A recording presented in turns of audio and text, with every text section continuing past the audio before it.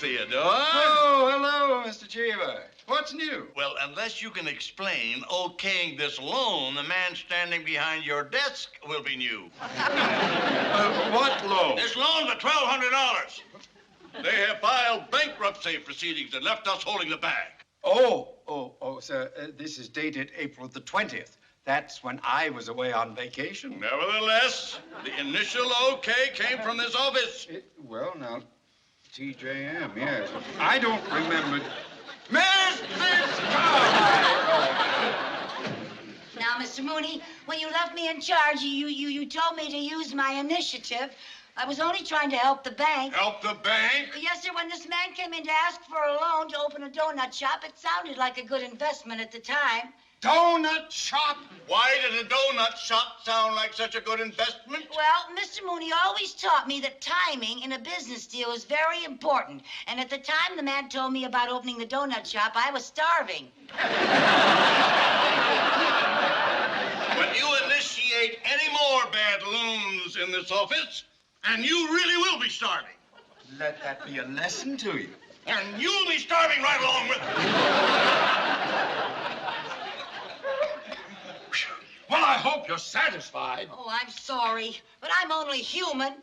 Haven't you ever made a mistake? I'll thank you to keep my wife out of this. Now, you get to work while you still have a job. Oh. Hi, Mrs. Carmichael. Oh, gee, it's good to see you again. Thank you. I want you to meet my boss, Mr. Mooney. Mr. Mooney, this is Mr. Jones. Oh, hi. You're just the man I wanted to see. Oh, about what? About the loan I made to finance my dancing school. A dancing school? Yes, sir. I have his file right here, Mr. Mooney. It's the Ken Jones Dancing School. Oh, really? I don't recall any transaction of this kind. Well, Mr. Jones applied for the loan while you were out of town. Not another one. Well, now, you can see he's a very reliable person. Thank you. Mr. Mooney, I have a $250 payment that's due. Oh, fine. And I'd like to ask for a little more time. What? Well, I've been having a little trouble. According to this contract, the payment was due yesterday. But, sir, this is the first time I've ever asked for an extension. It's your first payment. Well, they're always the toughest. Yeah, they sneak up on you so fast. I had such a terrible time with my TV set. Oh, please, will you be quiet? I'll be in a terrible mess if Mr. Cheever hears about this. Sir, all I need is a little more time. You see, it takes a while for a business like a dancing school to get started. Oh, I'm not interested in your problems. I'll simply have to foreclose and liquidate your assets. What assets? The equipment you have listed right here is collateral. Oh, you mean the stuff I've got stored in the back of my place? What kind of stuff is it? I don't know. It used to be a donut shop. Donut shop? Oh, that's going to be nice to explain to Mr. Cheever. But look, Mr. Mooney, if you went to the loan department and asked for a little extension, then maybe Mr. Jones would have time to make his first payment, and Mr. Cheever wouldn't have to know anything about it. Oh, no, I don't think I could do that. Now, you've always said that the financial structure of a bank is built on helping small business. With your kind of help, this bank will become a small business. Oh, well, all right. I'll see what I can do. I won't guarantee anything. I don't know what I get into these messes. Mrs. Carmichael, I'm sorry I caused you all this trouble. Oh, no, it's not your fault, but you did seem so confident, when you told me about opening your dancing school. Yeah, well, I guess I just didn't have enough money to get started. I can't afford to advertise my school on television. To get pupils, I have to depend on word of mouth. Oh, well, maybe I can help. I got a big mouth.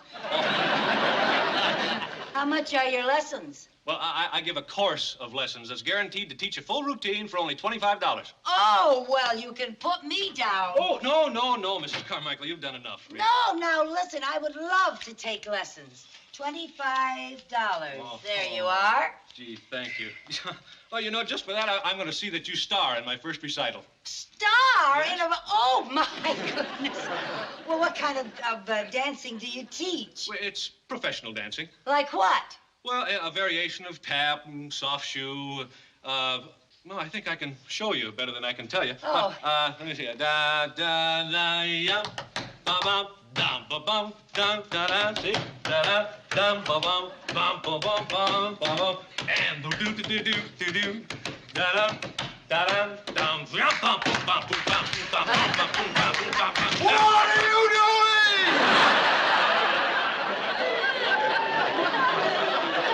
I'm sorry, sir. Oh, Mr. Mooney, everything's going to be all right. I just bought $25 worth of dancing lessons. That's all I need. You in a tutu. Sir, if I can only get 9 more students, I'll have enough money to make the first payment. Well, you have exactly 10 days. I got the extension for you. Good. After that, any delinquent loans will be referred directly to Mr. Cheever's Yeah, well, office. don't you worry. I'll go to everybody I know and ask them to take dancing lessons. Great. Oh, here. Take some of my cards. Oh, yeah. Pass them around. Okay. Oh, Mr. Mooney, you know, if I could just borrow a little more money for some advertising, I'd... Get out of here!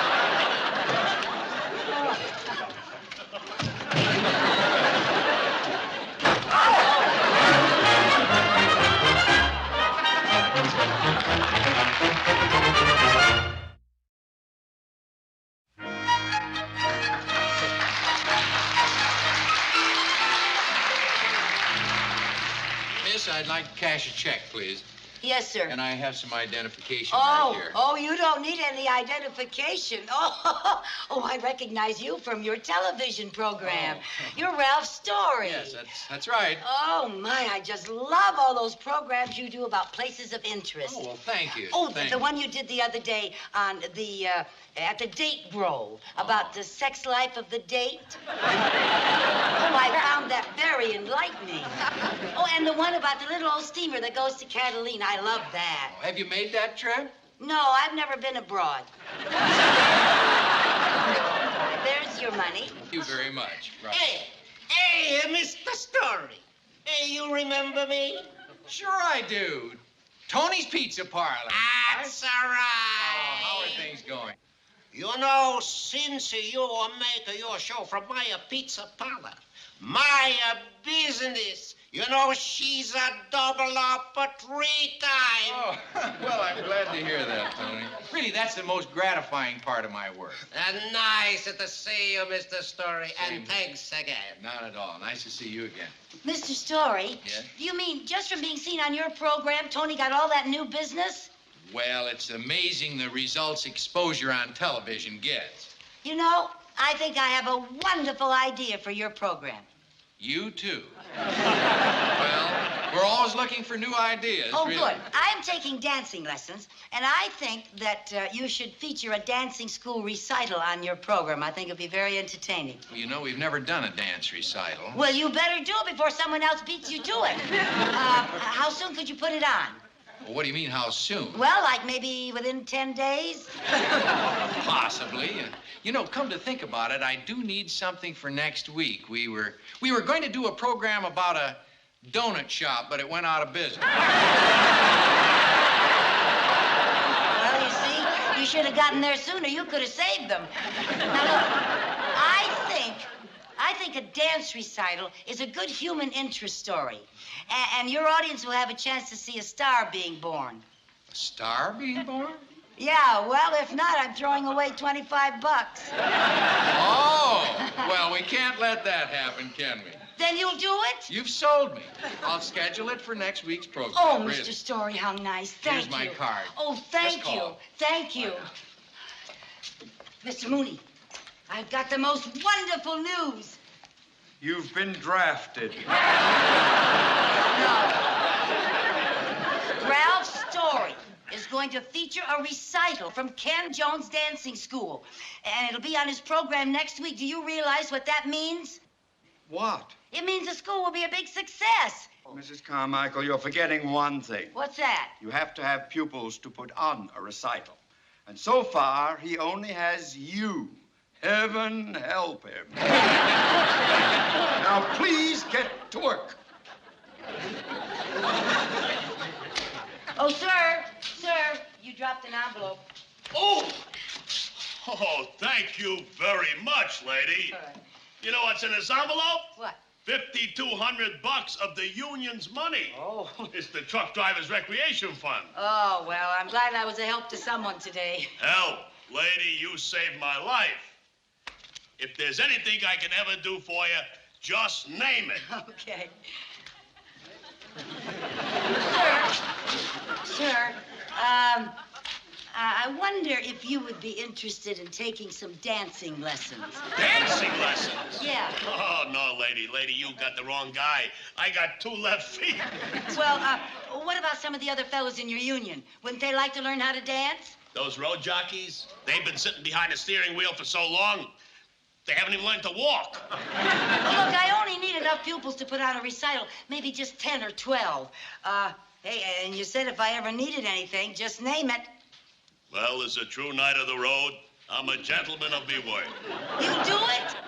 Just let me know where it is, and I'll persuade some of the boys to come over. Oh, good. I'll give you the address. There you are. And do you really think you can persuade them?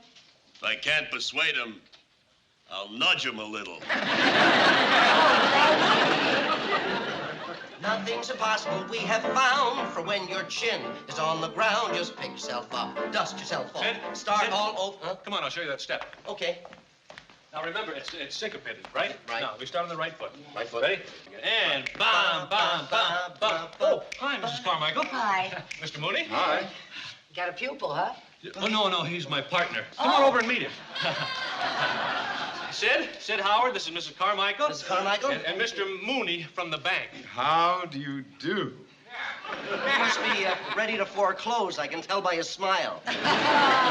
Oh, no, we have wonderful news. What? I have a whole bunch of pupils coming over here this afternoon.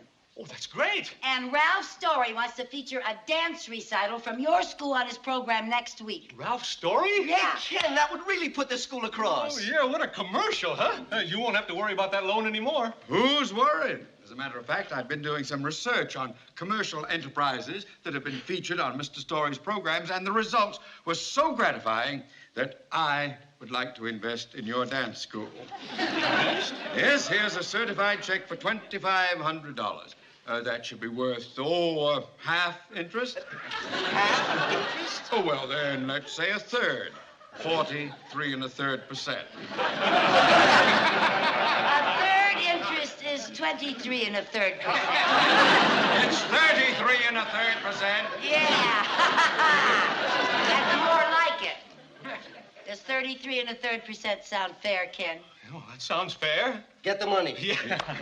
Hey, all right, it's a deal? Yes, it's a deal. Good, deal. good. Oh, right. Is Instead that of all first it is? item, we can put on the 2,500 bucks. A wardrobe costume. Hey! This is wonderful. Yes? This a dancing school? Yes? Why? He was told to come down here and get some dancing lessons. He was persuaded. Actually, we was nudged. Oh, these must be the pupils from the Truck Drivers Union. Truck Drivers Union? Yeah, the recreation group. Well, okay, fellas. Have any of you ever taken any dancing lessons before? Okay, well, we'll give it a try anyway, huh? Come on out here in the studio. Here, guys, spread out, guys, and give yourselves plenty of room, huh? Don't stand too close to each other. Now, all the way over there in the corner, will you, fellas? Good. Yeah, right. Yeah. Spread out now. Now, look, fellas, I'm going to give you a very simple little dance step. See? Now, I'm going to do it first, and then we'll break it down later, and you guys will learn it. It's very simple. Now, just watch this. And bam, bam, bam, bam, bam, bam, boom, bam, boom, bam, boom, bam, boom, bam. Now, you think you can do that?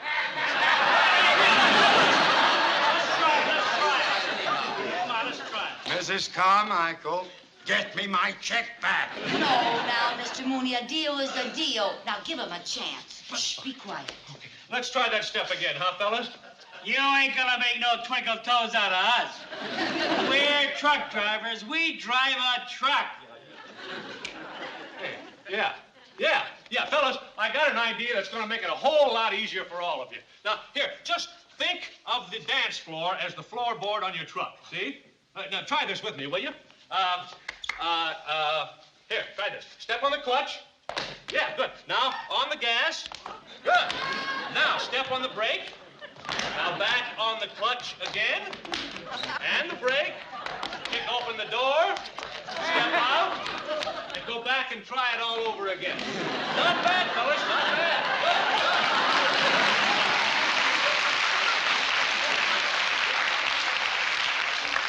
Well, now, let's try it again. Sid, give us a little music, will you, please? Yeah, how about some trucking music? Maybe it'd be better if I just honked the horn. Oh, play. Mrs. Carmichael, you may as well come in. You're a pupil, too, you know. Oh, that's right. What gear, first, second, or high? Play. Sid, hey, just give me a pickup, a real slow, about, ba-ba-ba-ba. Yeah. Good. Now, the clutch and the gas and the brake and the clutch again. The brake, kick open the door, step out and try it over again. The clutch and the gas and the brake and the clutch again. The brake, open the door, step out. And the gas and the brake and the clutch again.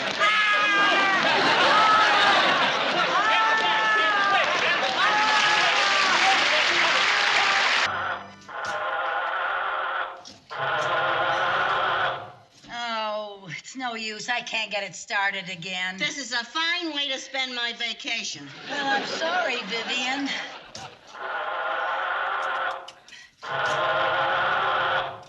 This thing sounds just like a wounded bull. Well, there's no sense sitting here. I'm going to get out and see what I can do. Oh, push up.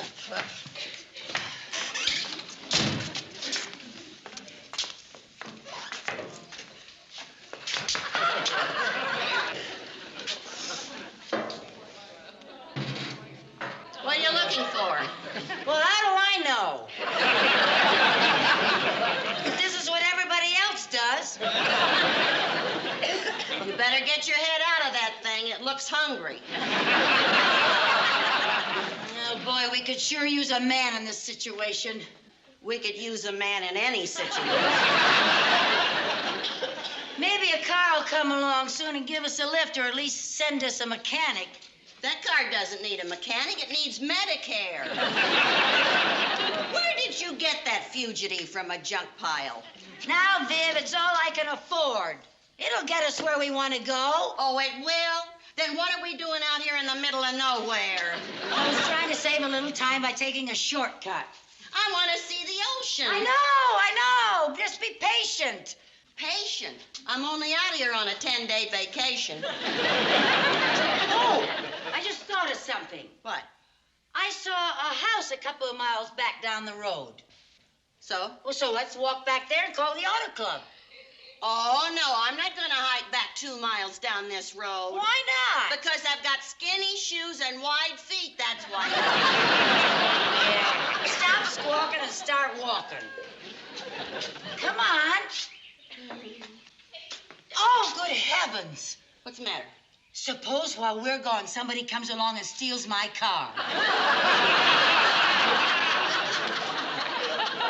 You gotta be kidding. Well,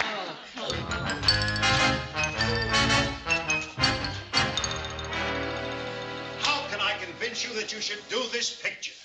I'm your agent. I wouldn't steer you wrong. Listen to me, dear. It's a dynamite part. The studio is dying for you to do it. The salary is absolutely fantastic. Now, please, will you okay the deal, Joan?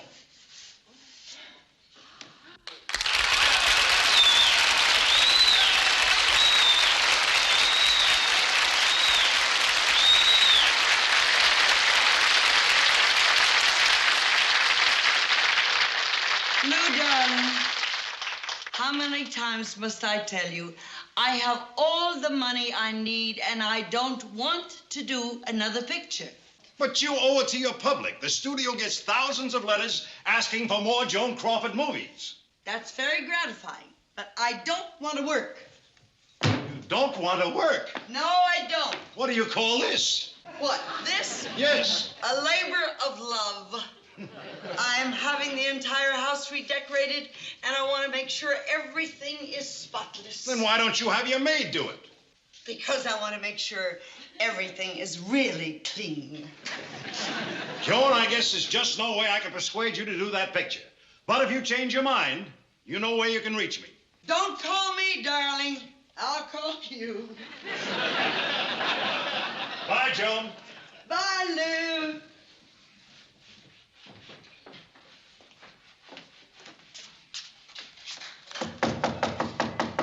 Yeah. Excuse the intrusion. But her car broke down, and we'd like to use your phone to call the Automobile Club. Oh, please, it's right there. Help yourself. Thank you very much. Oh, boy, I'm tired. We must have hiked 10 miles. Oh, Viv, don't exaggerate. It was only 2 miles. It was 10 miles. It got 10 blisters to prove it. You girls must be exhausted. I'll get you some lemonade. Oh, please, we don't want to be any trouble. Oh, it's no trouble. Please, just make yourselves comfortable. Thank you. Make ourselves comfortable. Well, she meant well.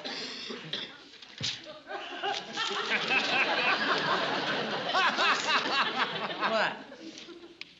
Did she look kind of familiar to you? Come to think of it, yeah. Here's something you can sit on and rest while I make the lemonade, okay? And it won't be long. Thank you.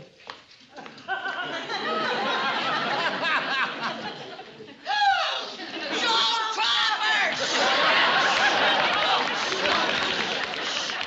Oh, Lucy, she's my all-time favorite. I adore her. Oh, my. Oh, What's she doing here? what do you mean? This is terrible. A big star like her reduced to working as a maid. Oh, I don't think she's a maid. Well, then how come she's dressed like that and she's cleaning this place?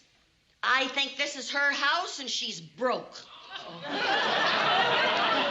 She probably sold all of her furniture just to buy food. Oh, no. Oh, Lucy, when the big ones fall, they really fall. We've got to do something for her. You're right. How much money have you got on you? Well, let me see now what I've got left. I got $6. I got 4. We'll give her the $10. Oh, Lucy. We can't give charity to a great big star like Joan Crawford. Oh, well, we'll tell her to pay for the phone call. What are you going to tell her, that you had to call the Auto Club in Casablanca? Yeah, you're right. But we got to do something to help her. Oh, yeah. Maybe you could get Mr. Mooney to lend her some money. Mr. Mooney wouldn't lend a dime to Richard Burton, even if he left Elizabeth Taylor as collateral.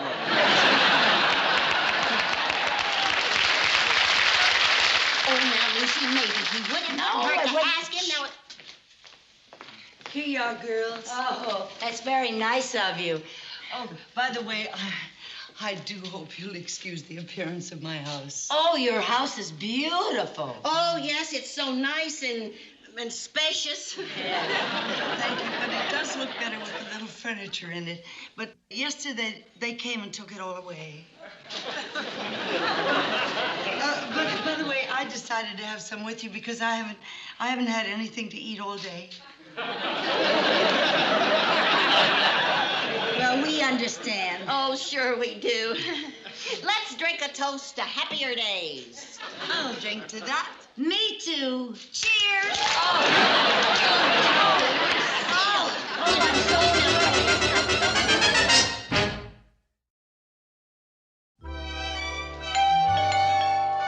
Come in, come in. Hi there. Good heavens, it's the Smothers Mothers.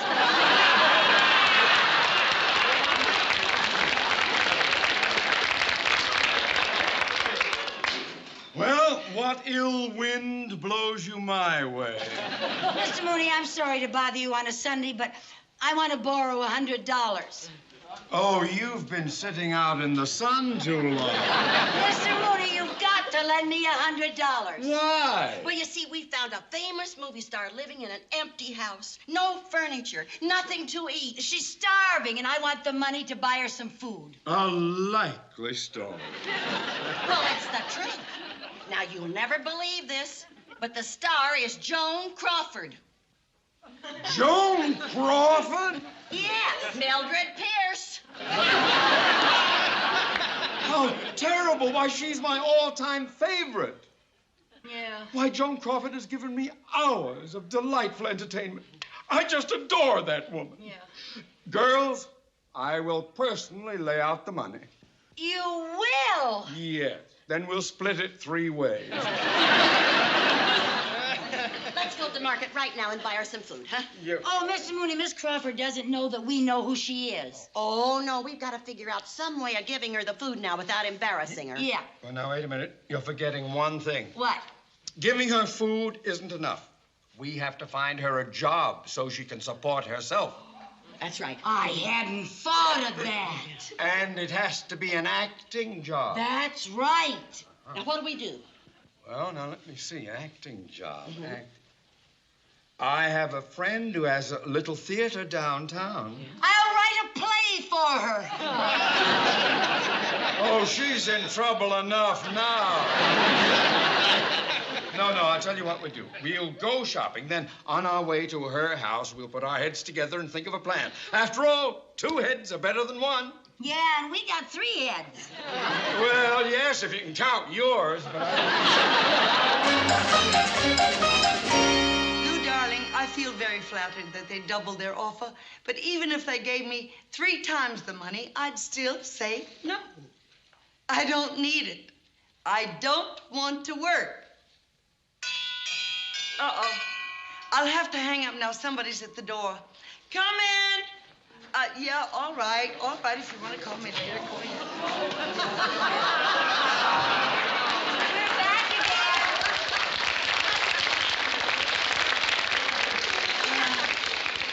We would like for you to meet Mr. Mooney. He's the president of the Good Samaritan Society. How do you do, Mr. Mooney? how do you do? These are for you. Yes. Yep. All for you. me? Yep. What? Well, every week the Good Samaritan Society gives a prize to a Good Samaritan. And this week you won it for giving us those refreshments and letting us make that phone call. Well, this is very nice, but I... Good heaven! What's the matter? You're Joan Crawford! Yes, sir, I am. Oh, it's Joan Crawford. And we didn't even recognize her. Thank you. I do appreciate winning all this.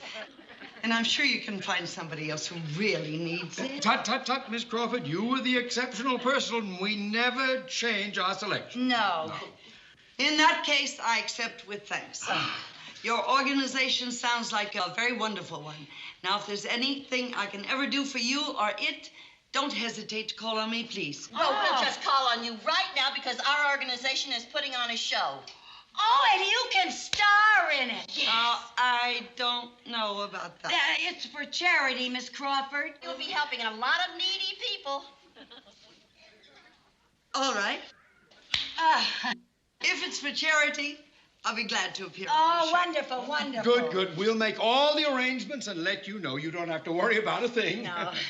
I'd like to be a good hostess and offer you some cake and coffee, but you see, my maid is off today. Oh, now then we understand. However, I still have some lemonade left. I'll be right back. Oh, she's so nice. Oh, that is a dear, sweet soul. Yes. She still has a little lemonade left. Yeah. Well,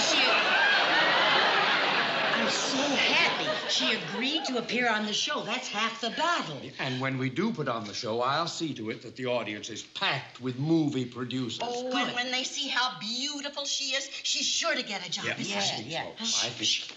Here you are. Oh, it's so nice of you. I'm sorry this is all I can offer you.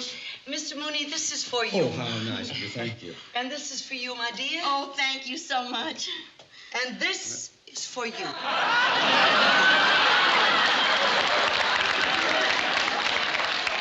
She gave her a paper cup because when we were here this morning, she had a... I'll tell you all about it later. Well, now, let's all drink a toast to the success of the show. Cheers!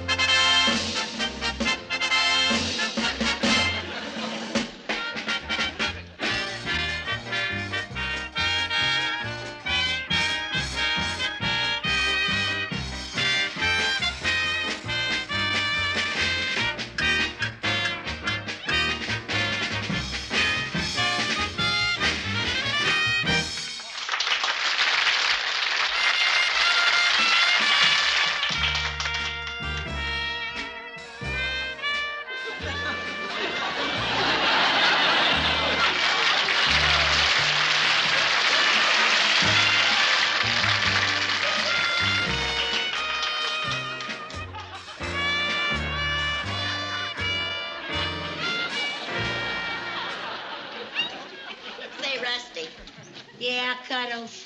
I hear that Scarface has hired another dime a dance girl. Well, that's right. Scarface is always hiring dames, and I'm always getting rid of them. Yeah, but I hear this one's a good-looking doll. So ain't you afraid she'll take Scarface away from you, huh? Nah, she ain't got a chance. Scarface likes my type. Cultured. Yeah, you sure got class, Rusty. Like what you just done with your gum. Yeah, class is something you're born with. Either you got it or you ain't. You can't inquire it.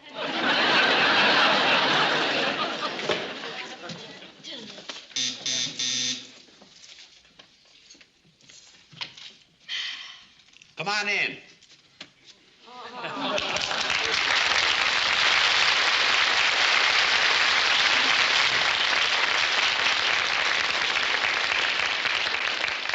Hey, what is that? Well, it ain't the Flying Nun. Maybe that's the new girl, huh? Oh, if it is, you're in trouble. She's really got class. Oh, stop. Excuse me. But do you all work here? Yeah, I'm Rusty. I'm Cuddles. I'm Cynthia. Cynthia. I'm the new girl. Oh, yeah? Well, sit down, kid. We'll teach you the ropes. Thank you, ma'am. Oh, thank you. You know, I just can't tell you how happy I am to meet y'all. I just love being here. Well, now look, Honeysuckle Rose. You're inside now, so why don't you get rid of that umbrella? Oh, I'm sure enough sorry, ma'am. I'll take care of it for you. Thank you, ma'am. Oh. So this is what a little old speakeasy looks like. Well, ain't you never been in a little old speakeasy before? Heavenly day, no. Well, then how come you took this job? Well, I have to work. Oh. I'm the sole support of my mommy and my daddy. Oh. And my grandmommy and my granddaddy. Oh. And my 4 nieces, my nephew, and my 5 sisters. Oh. I'm also putting my brother through medical school. Well, honey, all you're gonna earn here is 10 cents a dance. How do you expect to feed all them relatives? Oh, I'm taking all the doggy bags home. Well, bold my weevil. The drinks are on the house. What'll you have, girls? Gin. Milk. Milk? But I never drink hard liquor. Oh, look, kid. Gin isn't hard liquor. Gin's just short for ginger ale. I didn't know that. Well, it's so.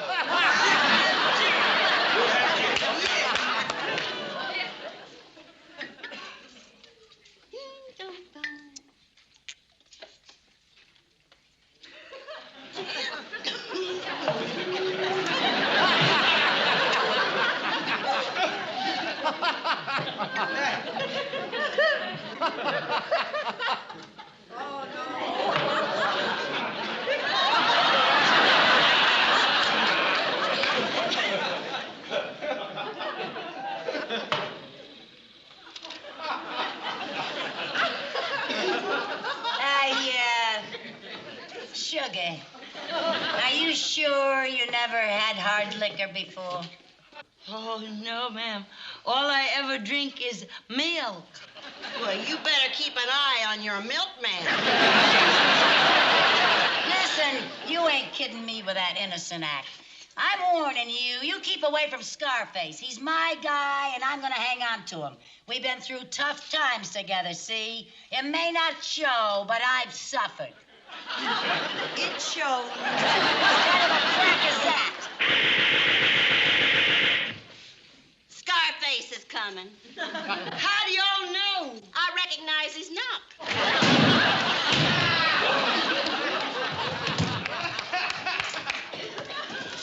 Okay, Chief.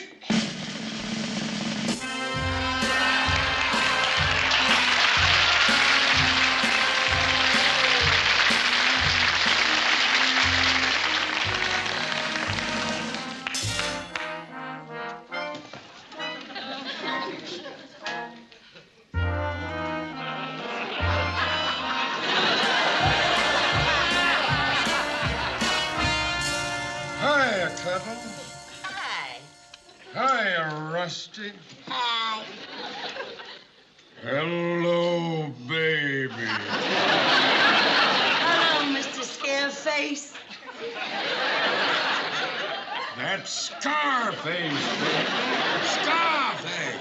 Oh, gee, Scarface. You're sure in a good mood tonight. Would you like to dance? I'd love to. Okay, honey. Not with you. Her.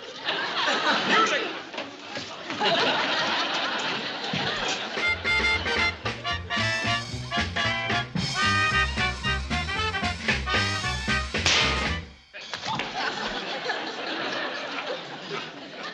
You sit this one out.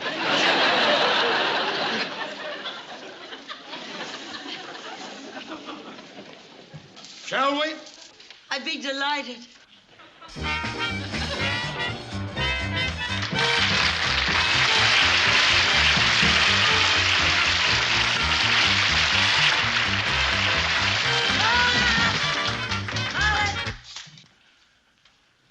I'd like to talk to you. Yes, ma'am.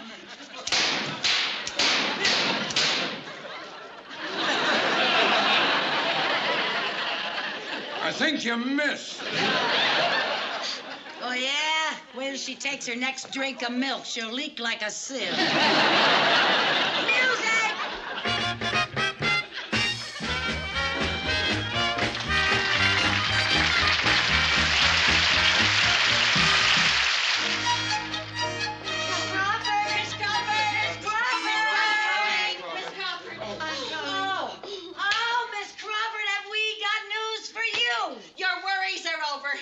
Oh, please don't tell me I won another Good Samaritan award.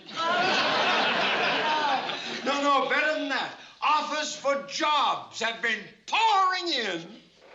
Jobs? Yes. Joe played last night. Oh, the producers saw her in the show that we put on. But I don't want any. Oh, now, Miss Crawford, please don't let your pride stand in your way. Jonah, you owe it to your public to make another motion picture, even though you don't need the money. That's right, even if you don't. You don't need the money! Of course not. She's been turning down movie offers for years. Oh, and I thought you were poor. And I tried to get you a job. And I blew $100 for a care package. Oh, Mrs. Carmichael, as usual, this is your fault. Oh, now, Mr. Mooney, I thought she was broke, the way she was dressed, and there wasn't a stick of furniture around here. I'm sorry. I forgot to tell you I was redecorating the house. Oh. And, Mr. Mooney, your basket of food was not wasted. I donated it to a very worthy charity. Oh, good. Then it's deductible. Yes. I know. I'm deducting it.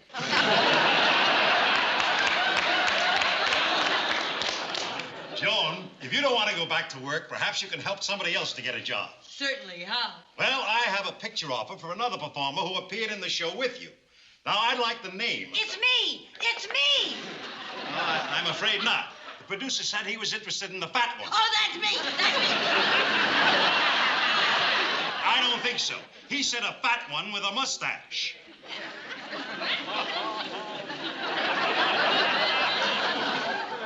Oh, well, when you've got it, you've got it.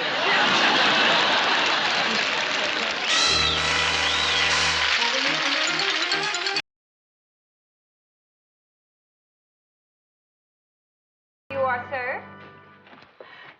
Gladys, how much is 17 and 14? 31.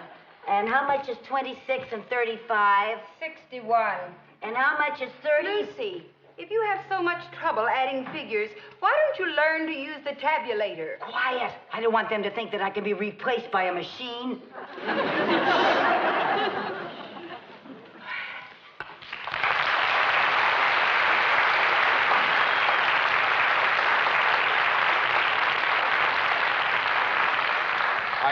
I'd like to cash this check, please. Yes, sir. Sid Caesar. Oh, I can't believe it. Look who you are. That's me, all right. Oh, well, this is quite a thrill. Well, you certainly know how to make people feel welcome. Oh, well, I've always wanted to meet you, Mr. Caesar. Oh, may I have your autograph? Certainly, thank you. Oh, you know, whenever you're on television, I turn my set off and go next door. You what? My girlfriend has a color set. Oh. Oh, I'm so thrilled. Oh, thank you. I can't believe this. Now, please, the check, please. Oh, yes, sir. Yes, sir. $1,000. Yes, sir. $1,000. Man cannot live by bread alone.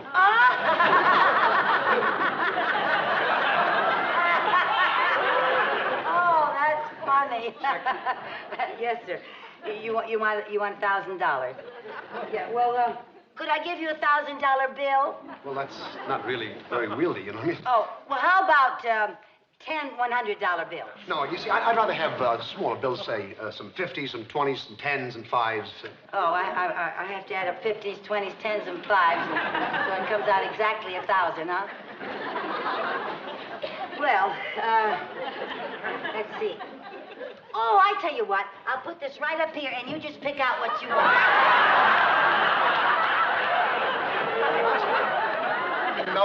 Those 50s look delicious. I'll have a dozen of those. And let me have 10 of those pretty green 20s with the mid-centers. 10 20s. And I'd like, on those 10s look nice and fresh, I'll have 10 10s. 10 10s. Yes, sir. And give me a dozen and a half of those crisp, nice $5 bills. A dozen and a half? A dozen and a half. 12 is a dozen. Oh, it says. There, now how much is that? That's $990. $990? Yes. Oh, well, you have 10 more dollars coming. Yes, let me have 10 of those itsy-bitsy singles. Oh, some itsy-bitsy singles. All right. There you are, 10 little itsy-bitsies, $1,000. There we are. And here we are. Here's $10 for yourself, eh? Oh, no. No, you go buy yourself a pair of stockings. Oh, I couldn't. I insist. Oh, well, now, you really are so generous. Easy come, easy go. Well, thank you. Did you see who that was? Yeah. Oh, I gotta go tell Mr. Mooney I met Sid Caesar. Put the money away, will you? Mr. Caesar, I assure you the bank will do everything possible to prevent that forger from cashing any more checks on your account. Well, I should hope so. Well, now... Mr. Mooney, guess what? Please, Miss Carmichael, I'm busy. But this is important. Guess who I just cashed a check for? In person. Whom? Sid Caesar. Oh, no! Yeah. You cashed a check for Sid Caesar? Yes, and you should have seen him. He's a... Who are you? Who do you think he is, you nincompoop? I'm Sid Caesar. But if you're Sid Caesar, who is that man? That man was an imposter, a forger. Oh, but he seems so nice. He even gave me his autograph. I mean, your autograph. He gives out lots of autographs, and on checks, and my checks. How much was this one for? $1,000. Let's go. Oh, can I get you a glass of water? Better make it a bucket. I think I'll drown myself. Mrs. Carmichael, when you cash a check, don't you ever ask for identification? Well, certainly, but who doesn't know Sid Caesar? You didn't! Oh, now, it wasn't my fault. He was so much like you, Mr. Caesar. Why, your looks, your physique, even your personality. Can't understand it. How can a man with so much going for him turn to crime? I mean, look at these checks. He's forged 600, 1,100, now 1,000. I mean, I wish I could afford to live like that. Yeah, me too. He sure must be a big spender. He even gave me $10 and told me to buy myself some stockings. Oh, fine. Now he's a big tipper. With my money. Yeah. I mean, with Mr. Mooney's money. Mr. Mooney's money? It so happens the bank has to make good on those forgeries. Oh, well, then thank you for my stockings, Mr. Will you be quiet? I've got to figure out how we can catch that criminal. Yes, sir. Oh, I have an idea how we could tell the forger from Mr. Caesar. How? Well, look, when you come in to cash a check, we could have a little signal. You could go like this. See? And then I'll know it's really you. Mrs. Carmichael, you cannot ask a big star like Sid Caesar to go around making ridiculous gestures like this in a public place. Oh, no, Mr. Mooney. You did it wrong. It's with the thumb under. She's right, Mr. Mooney. Most people go like this, with the thumb out. But with the thumb in, it's a good signal. The RAF used to use it a lot. The RAF? When they made a drop, they always went like this. I didn't know that. Oh, yes. Oh, I thought I just made that up. Well, from now on, this will be our signal, right? Okay. Goodbye, Mrs. Carmichael. Goodbye. Goodbye, Mr. Mooney. Goodbye. What? You're doing the thumb out. Thumb under. Thumb under. And then. And then wiggle the finger. See, wiggle your finger.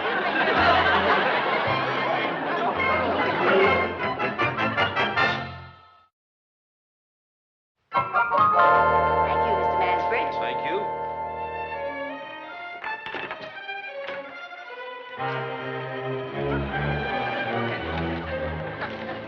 Good morning. Oh, good morning, Mr. Caesar. I'd like to cash this check, please. Yes, sir. You forgot something. Like what? Our secret signal, so I'll know it's you and not the forger, remember? Oh, yes, that's right. Oh, I remember, yes. Now, would you mind cashing the check now, please?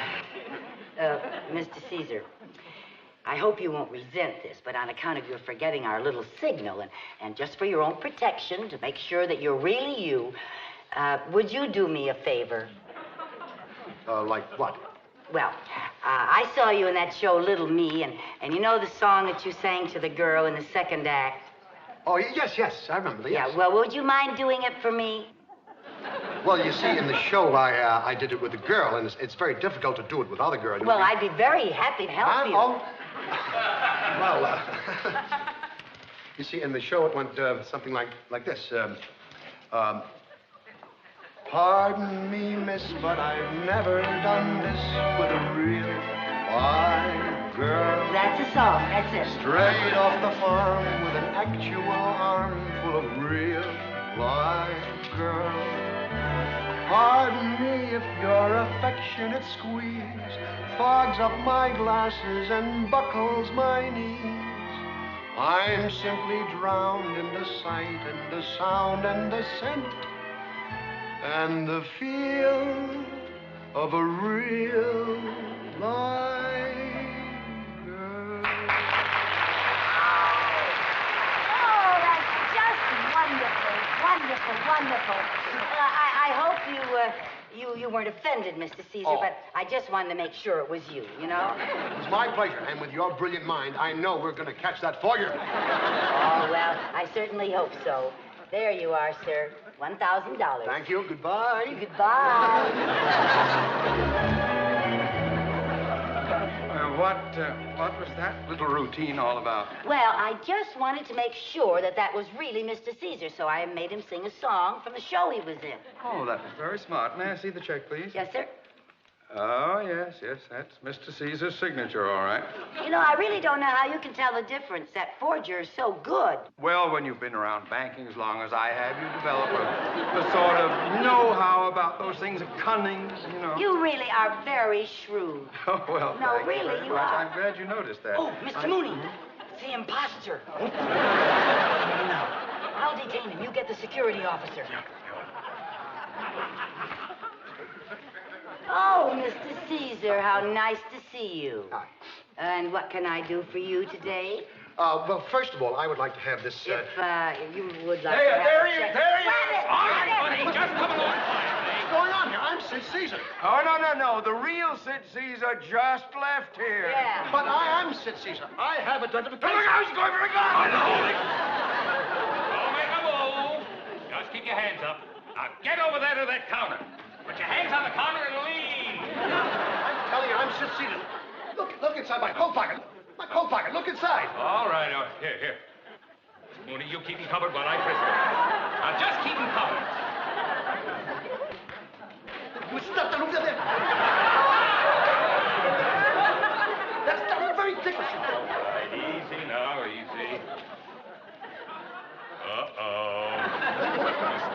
What is it? Some checks made out to Mr. Caesar in a deposit slip. Now, would a forger be putting money into a bank? Oh, I'm terribly sorry. Well, you should be. I've never been so humiliated in all my life. Oh, well, this was a mistake so easily made.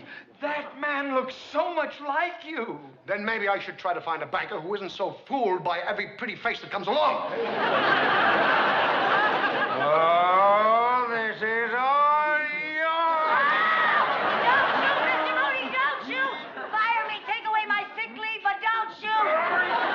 Here, Mr. Mooney, please, give me the gun. Oh, please, just one little shot. I'll clean up the mess, really. Please, give me the gun. Give me the gun. Oh, You'll be all right. no, I'll be all right if she keeps out of my way. You, stay away from the bank. Stay away from me, out of my sight. Stay away from the bank. Oh, Mr. Mooney! What now? What now? You've just given me a wonderful idea. Where's that gun? I want the gun.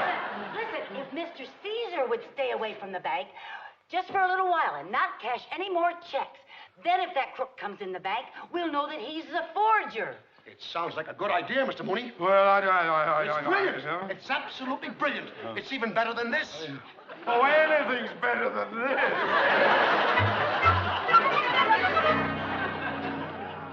Okay, Charlie. 10 to win on Crystal Princess in a fifth. You got it best. Hiya, Rocky. Well, if it ain't my old pal Frankie the Forger, how's the action? I'm still writing fiction. Boy, you sure got a good racket going for you. A bank account like Sid Caesar's to write checks on, huh? It ain't as soft a touch as they think it is. You know, having to go around looking like the guy, acting like him, talking like him. And today I even had to sing like him. And that ain't easy for a guy with a nice voice like I got, you know what I mean? Would you care for some lunch, boss? Yeah, I tell you what I'm gonna have. I'm gonna have the knockwurst and sauerkraut and some of those nice crispy brown mayonnaise potatoes, huh? How about you, Frankie? I can recommend the knockwurst. No, thanks. Caesar's still on a diet now. I'll take my usual. Cottage cheese and skim milk. Cottage cheese? I didn't mind looking like Caesar, years ago. But since he's been on that diet, it's been killing me. I liked him better when he was a big, fat slob, you know? How long it's been since I've seen a pizza or a lasagna or a banana split or a strawberry shortcake. And it ain't bad enough he wants to be thin. But dig this crazy hairdo. In the old days, I used to walk into a nightclub. The girls in the chorus would wink at me, huh? You know who winks at me now?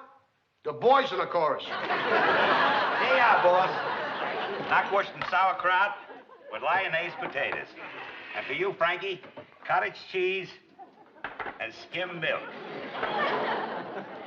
Oh, that looks great. Delicious. Oh.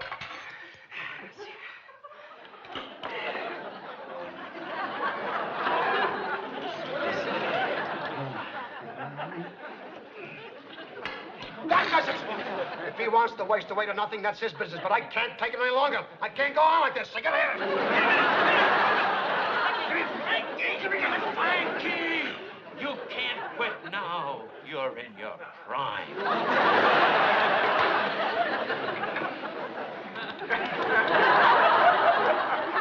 I know what I'm gonna do. Tomorrow, I'm going to that bank and lay a big one on him. I'm gonna forge one for $10,000. 10,000? Yeah. And then you know what I'm gonna do? What? I'm gonna take a trip to Europe, hit all those famous restaurants, and eat everything in sight. Yeah, you remember the way I used to eat in the old days? Boy, do I. I was the only guy you ever saw in a cafeteria that needed a caddy. Why did I have to look like Sid Caesar? Why couldn't I have looked like Jackie Gleason? Then I could have eaten everything, huh? You don't care. Let me do the Control.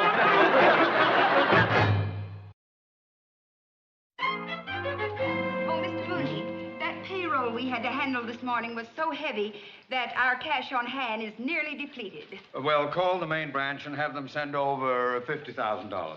Yes, sir. Yeah. Now, remember, Mrs. Carmichael, the security officer and a policeman are stationed in my office. Yes, If Frankie the Forger shows up, you press the intercom button 3 times. Don't worry, sir. Right. Uh-oh. What? I better start pressing. Good. Catch him passing a bad check. Good morning, Mrs. Carmichael. Oh, good morning, Mr. Caesar. You want to cash a check? Yes, you see, last night I got a telegram from Las Vegas. They want me to come up and open up. Oh, I see. Oh, $1,000. Yes, I need some going away money, you know what I mean? Some going away money. Well, I'd be very glad to oblige. In fact, we've even arranged a little going away party for you. That's it. Hey, what's going on here? We finally caught up with Frankie the Forger. Oh, no, not again. Frankie the Forger, I'm Sid Caesar. Oh, no, you're not. The real Mr. Caesar agreed not to cash any checks until we caught you.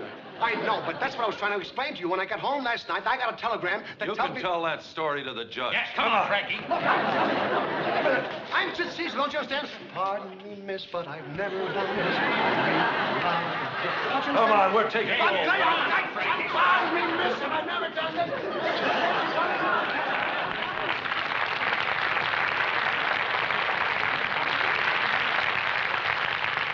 Well, congratulations, Mrs. Carmichael. My idea really worked, didn't it? It certainly did. You can fool some of the people all of the time, and you can fool all the people some of the time, but you better not fool around with us, huh? That's very good, very good.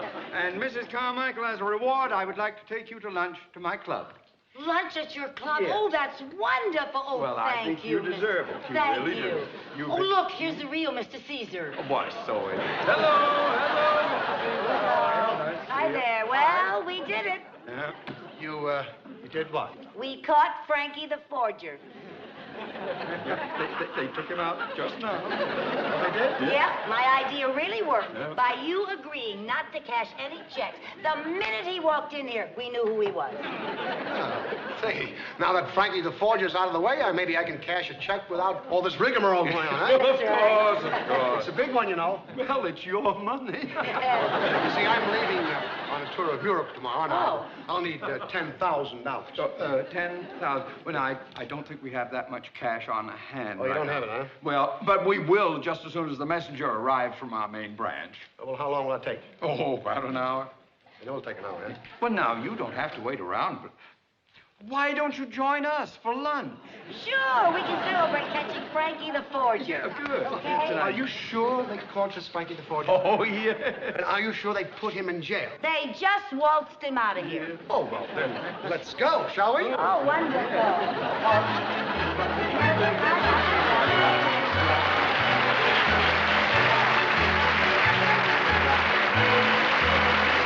Oh, you did. Well, thank you, Lieutenant. Thank you. Goodbye. What did he say? Well, Frankie the Forger still claims that he's Sid Caesar. Oh, honestly. You know what else? What? They let him out on bail. They let him out on bail? Yeah, out on bail. They let him out on bail. I think that's terrible. The way they let criminals walk around scot-free these days, you know what I mean? Yeah. I wonder if he paid his bail with a check.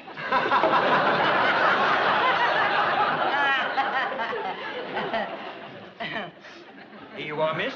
Chicken cacciatore, baked lasagna, and broccoli with hollandaise Oh, sauce. that looks beautiful. That does look. And for you, Mr. Mooney, roast turkey with oyster dressing, apple fritters, candy jams, and homemade cornbread. Oh, that looks This delicious. is my And for favorite. your order, sir, cottage cheese and skim milk. Thank you. Is that really all you're going to have? You ought to try this turkey. Oh, now, Mr. Mooney, it's not nice to tempt someone when they're on a diet. Oh, no. Well, cheers. Cheers.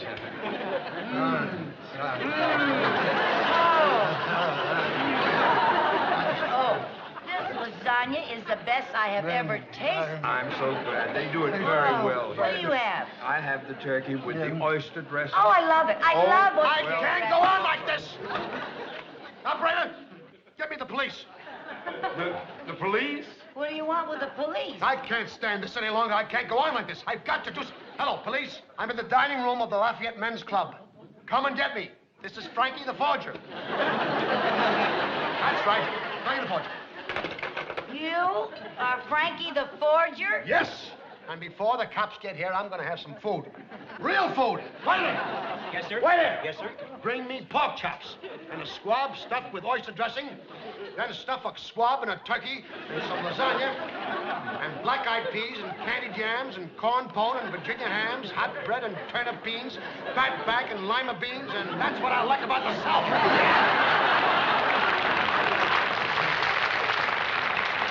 Now, wait a minute! Yes, sir. Yes, sir. Bring me a corned beef sandwich, all fat. Oh. Now you're gonna see some eating and some food. All right, Frankie, let's go. We just got a call to pick you up. You got here so fast. Well, we were cruising in the neighborhood. But the way they just took my order for lunch, you understand? Well, don't worry about your lunch. We'll give you some nice bread and water down at the station house. Come on, let's go. Come here. Come on. Come on,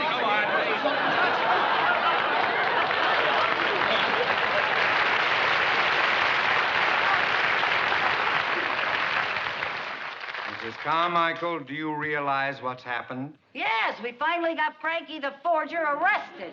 We also got Sid Caesar arrested. One of our biggest clients. Oh, no. Yes, that's what And we another thing, Frankie the forger, if you try to plead innocent, I'll be there to appear as a witness against you. Take him away. How do you do, Mr. Mooney? How do you do, Mrs. Carmichael? Nice to see you. It is? I thought you'd be furious. So did I. I just came over to apologize. Apologize? Of course, it was my fault. I wasn't supposed to cash a check, and I got you all confused. Oh, well, you know, that is awfully nice of you. Isn't that nice of him? I just... Well, won't you join us for lunch? Yes, please do. Thank you. Oh, yes, please Oh, you don't know how relieved we are. Oh, my goodness. That other fellow. Oh, my May I ask you a goodness. question? How did you catch this Frankie the Forger? Huh? Well, he gave himself up. He said he couldn't stand being on a diet anymore. That's right. You know what else he did? He ran off with my drumstick. Really just grabbed and ran. Ran like a thief. Well, it serves him right. If there's one thing I can't stand, it's a man who lacks willpower. Me, I have willpower. Yeah, me too. You know, last year I made up my mind I wasn't going on any more diets, and I stuck to it. Here's the food you ordered, sir. Food? Yes, sir. Oh, waiter, Mr. Caesar doesn't want that now. He has cottage cheese and skim milk. Oh, thank you. Well, a new salad. Give me this here. Oh, look at this food. Oh, my. Look at this here. Huh? Look at that. Look at that. Some food. I got some food. Oh, boy, it's food. You'll never need this.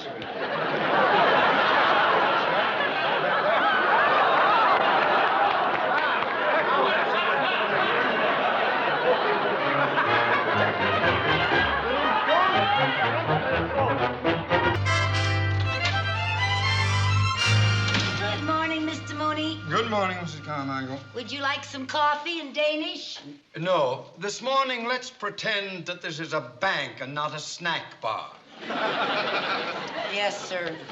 Now, would you kindly get busy and make a list of the appointments I have away from the office today? Yes, sir. Oh. What's the matter, Mr. Mooney? Didn't you get any sleep? I drove Mrs. Mooney to the airport at 5 o'clock this morning. Oh, I thought her flight was this afternoon. I wanted to make sure she wouldn't miss it. How long is she going to be gone? Well, she'll be visiting her mother for about a month.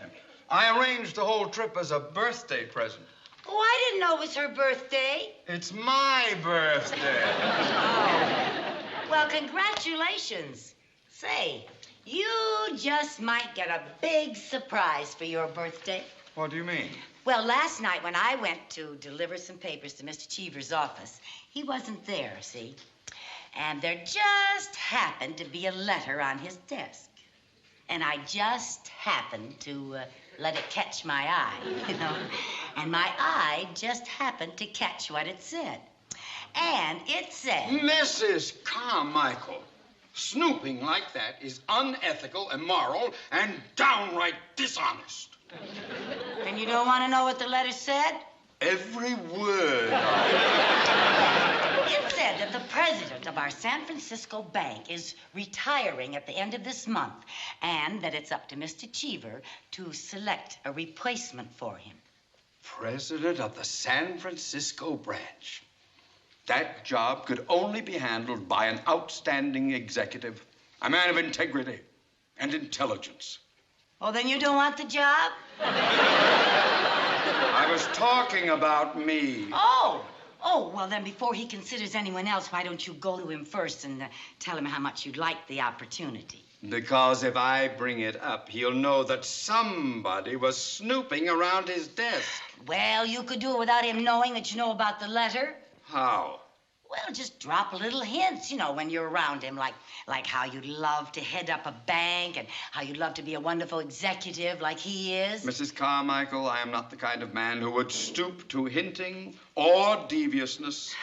I just thought if you'd butter him up a little. And I am too proud to butter up the boss.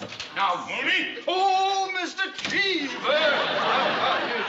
Mooney, I have just closed the Benson deal, and on our terms. Incredible! Mr. Cheever, you certainly know how to get things done.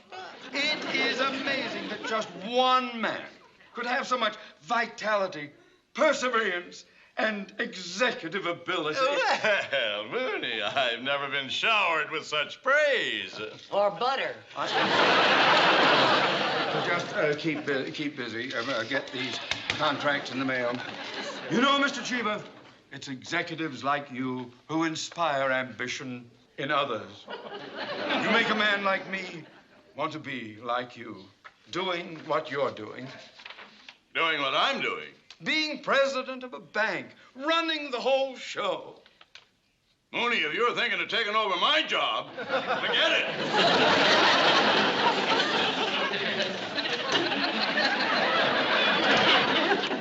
You and your advice. Now he thinks I'm after his job. Well, I was only trying to help. Oh, never mind. Didn't expect you to I've say got to anything get like out of here. that. I have an appointment. Oh, and don't forget your luncheon engagement with your old fraternity brother, Mr. Williams. Oh, yes, Ernie. Oh, good old Ernie. What a card he is. I haven't seen that rascal for ages. Oh, golly, Ernie, I'll see. Just because I won't be here, that doesn't mean that you can take a 2-hour lunch break. Oh, don't worry, Mr. Mooney. I've got so much work, I'll probably just have to skip lunch. Well, it won't do you any harm.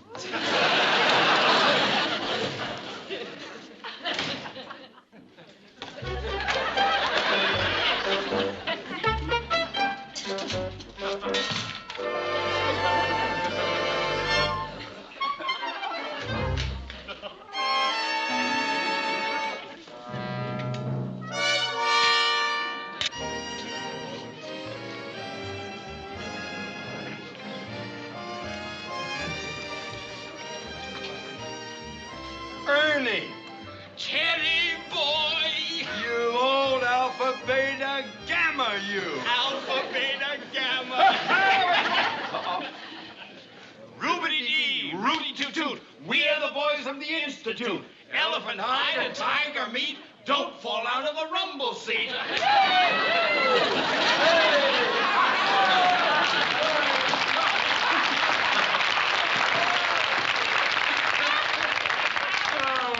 My, gee, it's good to see you. Long time no see. Yeah, long time no see. Or as the sailor said when his watch fell overboard, long sea, no time. Oh, I like that. Long sea. Pardon me, would you gentlemen care for a drink? Oh, yes, indeed. What'll you have? Well? Ernie. What? How about our old fraternity special? Good idea. All right. We'll both have slow gin and root beer.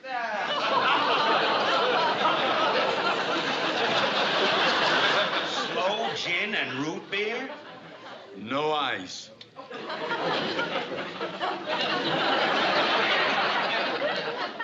Ernie, you rascal, you haven't changed a bit since college. No? Oh.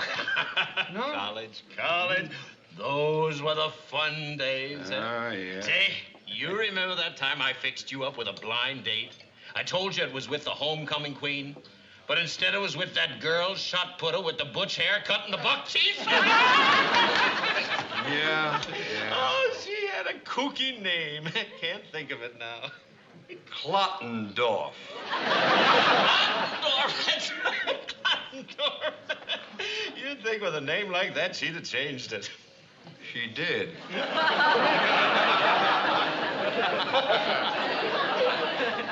It's now Mrs. Mooney.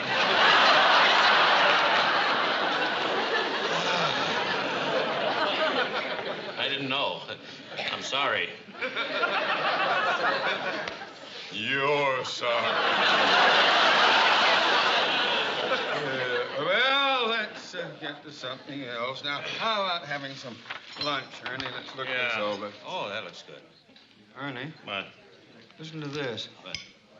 Enter our contest for Boss of the Year award, singing the praises of the contestant's boss.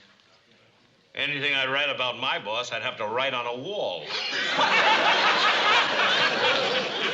Yeah, I feel the same way. But I'm being considered for an important job in San Francisco. If I could get this award for my boss, I'd be set. Well, maybe have somebody down at the bank who majored in literature. And has a talent for writing could help you out. Oh, no. I wouldn't want anyone at the bank to know that I'd entered this contest. Why not? Well, they'd think I was buttering up the boss. Besides, if I lost, I'd be the laughingstock of every coffee break. So if you won, they'd have to know. If I won, it wouldn't matter. I'd be on my way to San Francisco. Of course. Yeah, I've got to Let's think work about on it. it. You are, gentlemen. Slow gin and root beer.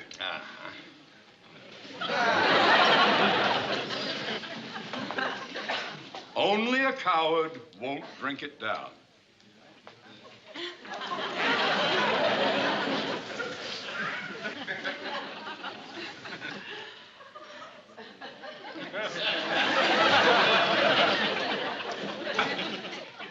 I'd forgotten how good that is.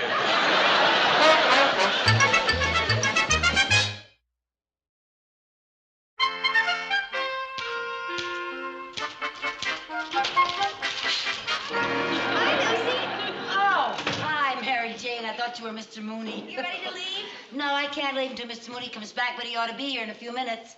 What are you trying to hide? Oh, I was just writing a letter.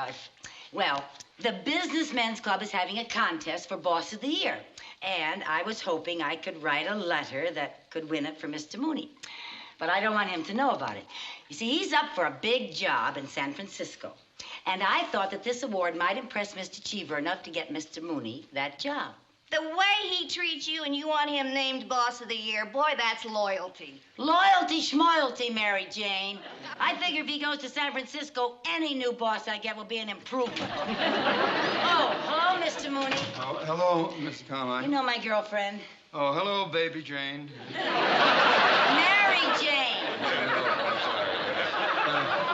Well, you can run along, Mrs. Carmichael. I have work to do. Oh, won't you need me for dictation or anything? Oh, no. This work is of a confidential nature. It's personal, personal. That's okay, all. Mr. Mooney. Yeah, Bye, Mr. Mooney. Goodbye, Thank Mary. you. Good night. Good night. Good night.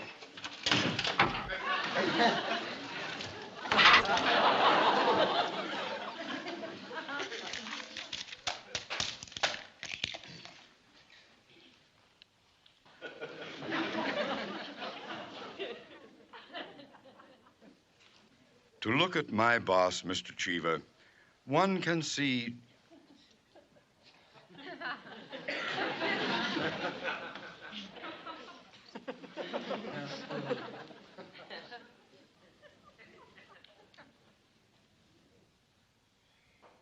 To look at my boss, Mr. Cheever, one can see that he is considerate.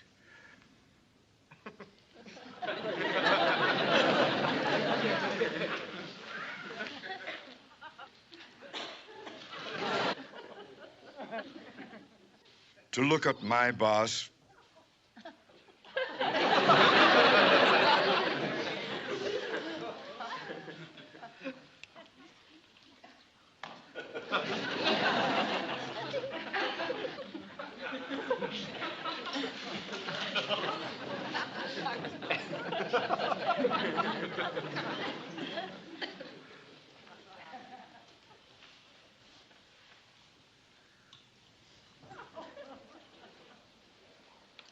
To look at my boss, Mr. Cheever, one can see that he is a lot like Abraham Lincoln.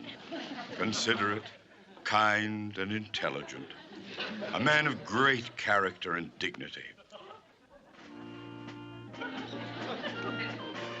Although bankers have a reputation as cold, hard businessmen, our Mr. Cheever operates with great warmth and compassion. He is admired for his ability to get things done. Among his fellow workers, he is known as Cheever the Achiever. The merry twinkle in his eye reflects the glorious sense of humor that endears him to those of us who serve this faithful man, who is for the people, of the people, and by the people.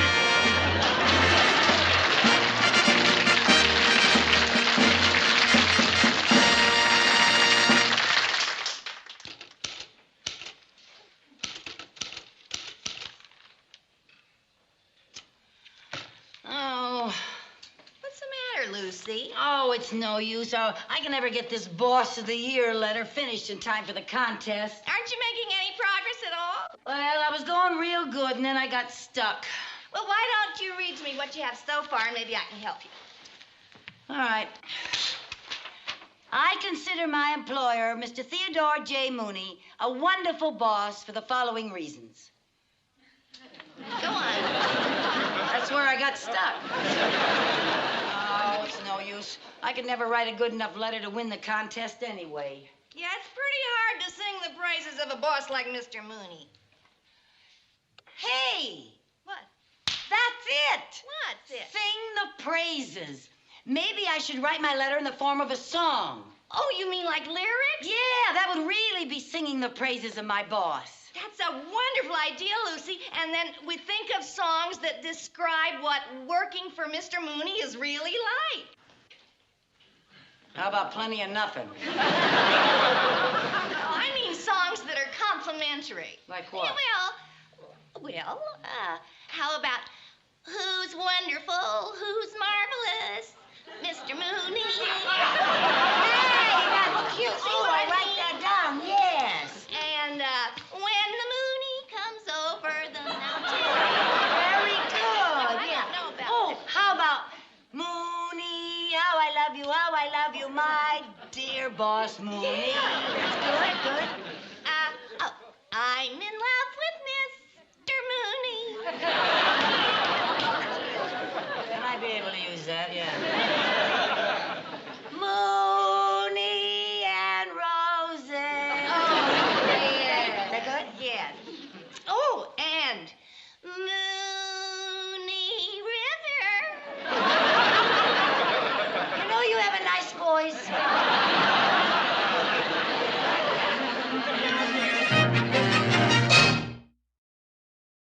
Say you and your Spanish eyes will wait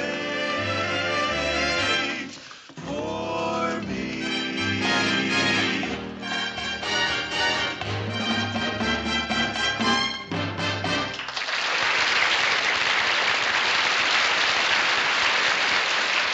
Will you please stop playing games and tell me why you insisted that I come here tonight? You know how I hate these things. Well, now, Mr. Cheever, you see that sign? The Boss of the Year Award? Well, when I got my tickets, they had a little note enclosed, and it said that my presence here tonight would have special significance. What has that got to do with me? Well, don't you see, sir, the whole idea of the contest is that the contestants send in complimentary letters about their employers, and the best... Oh, but why spoil the surprise? I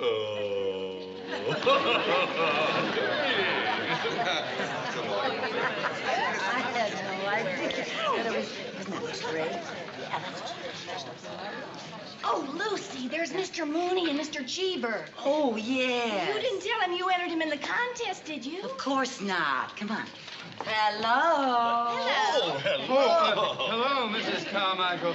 What are you doing here? Well, I thought some of the gang from the bank might be here, and... Yeah, would you like to join us? Oh, Please do. thank you. Oh, very nice of you, Mr. Cheever. Doesn't the place look wonderful? Yeah. All right.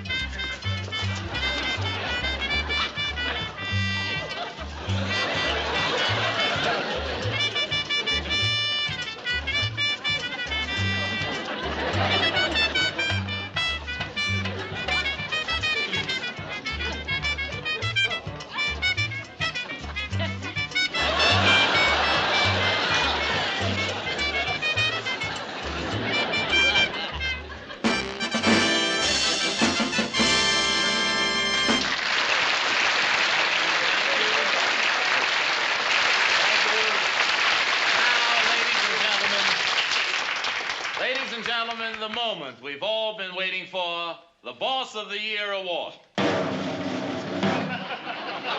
the winning letter was received from an employee of the Westland Bank. Now, I would like the contestant who wrote the winning letter to step this way, please. Lucille Carmichael.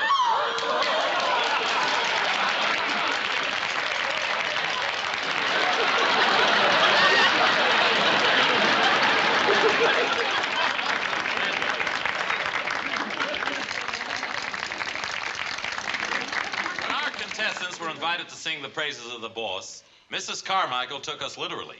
And since her words are set to music, we think it would be a good idea to let her sing them to you herself. Oh, really? Oh, yes. Oh, no. I'd like to pay my boss a tribute. Sing his praises loud and clear. As a banker, Mr. Mooney has a record you should hear. 76 big loans that he made last year, 110 accounts that were new. But when they were overdue, there were Christmas clubs and savings plans he improvised. Compounding, interest all the way. New interest rates and tax rebates he organized.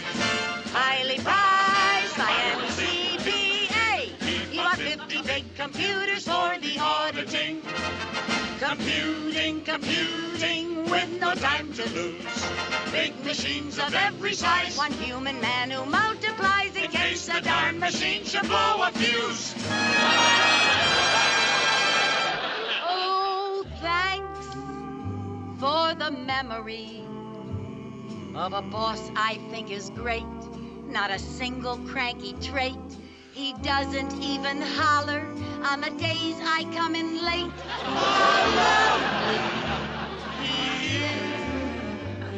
Oh, thanks for the memory of the patience that he takes, overlooking my mistakes. He even buys the donuts when I take my coffee breaks. How thoughtful he is. Many's the time that we quarrel, and many's the time that he'd fire me. But then, in the end, he'd rehire me. You'll never find a boss so kind. So thanks for the memory of comforts he installed, like hi-fi in the walls. Not going out to lunch, so he'll be there to take my calls. I thank you so much. It's 6 short years that I worked for him, 72 great months filled with cheer. There were happy days, he surprised me with a raise. Let's salute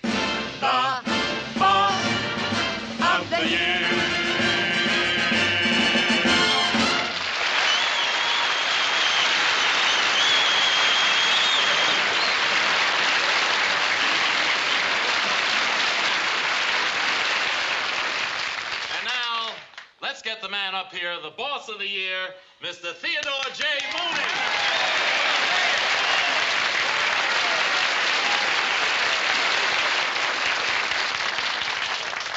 Mr. Mooney, I bet I know how you feel. Oh, you have no idea. Folks, I think it would be appropriate to have the Boss of the Year trophy presented by his boss, Mr. Winfield Cheever.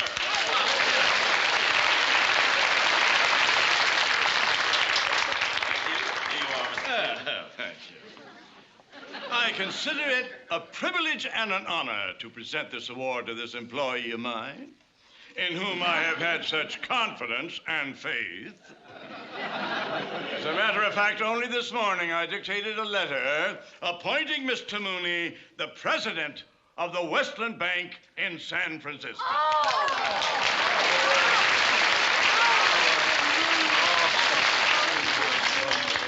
However, as we all know, there are bigger things in life than business achievements and material success. And seeing this bond of loyalty between this secretary and her boss, I am going to see that Mr. Mooney stays with us so that our happy family at the Westland Bank can remain together. Okay, everybody, let's hear it for Mr. Mooney. President, the boss of the year.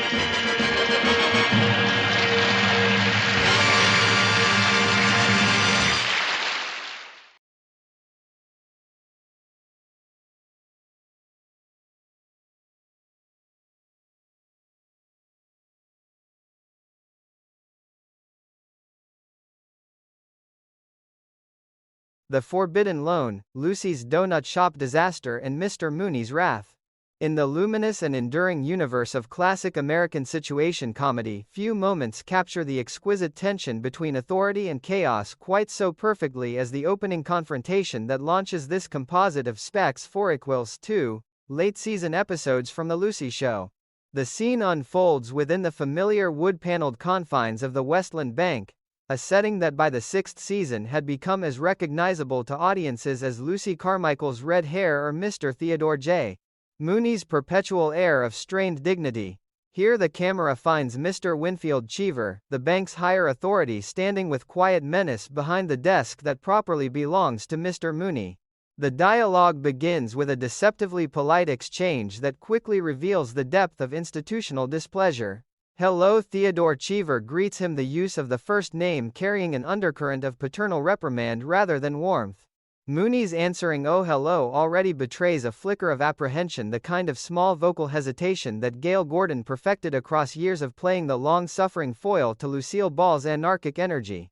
What follows is a master class in the slow tightening of comedic screws.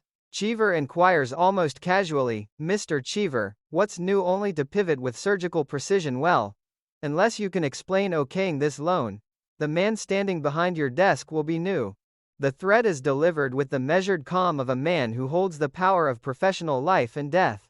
And the script allows the silence that follows to stretch just long enough for the audience to feel Mooney's rising panic. The loan in question, identified as this loan for $12, has resulted in bankruptcy proceedings that have left the bank holding the bag. The sum itself is almost comically modest, yet in the carefully ordered world of mid-1960s banking, even a small unauthorized advance could represent a dangerous crack in the facade of fiscal responsibility. The date on the document, April the 20th, becomes a crucial piece of evidence. Mooney seizes upon it with desperate relief. "That's when I was away on vacation." Yet, Cheever is unmoved. Nevertheless, the initial okay came from this office. Authority, the scene insists, cannot be vacated simply because one is on holiday. Responsibility adheres to the office itself.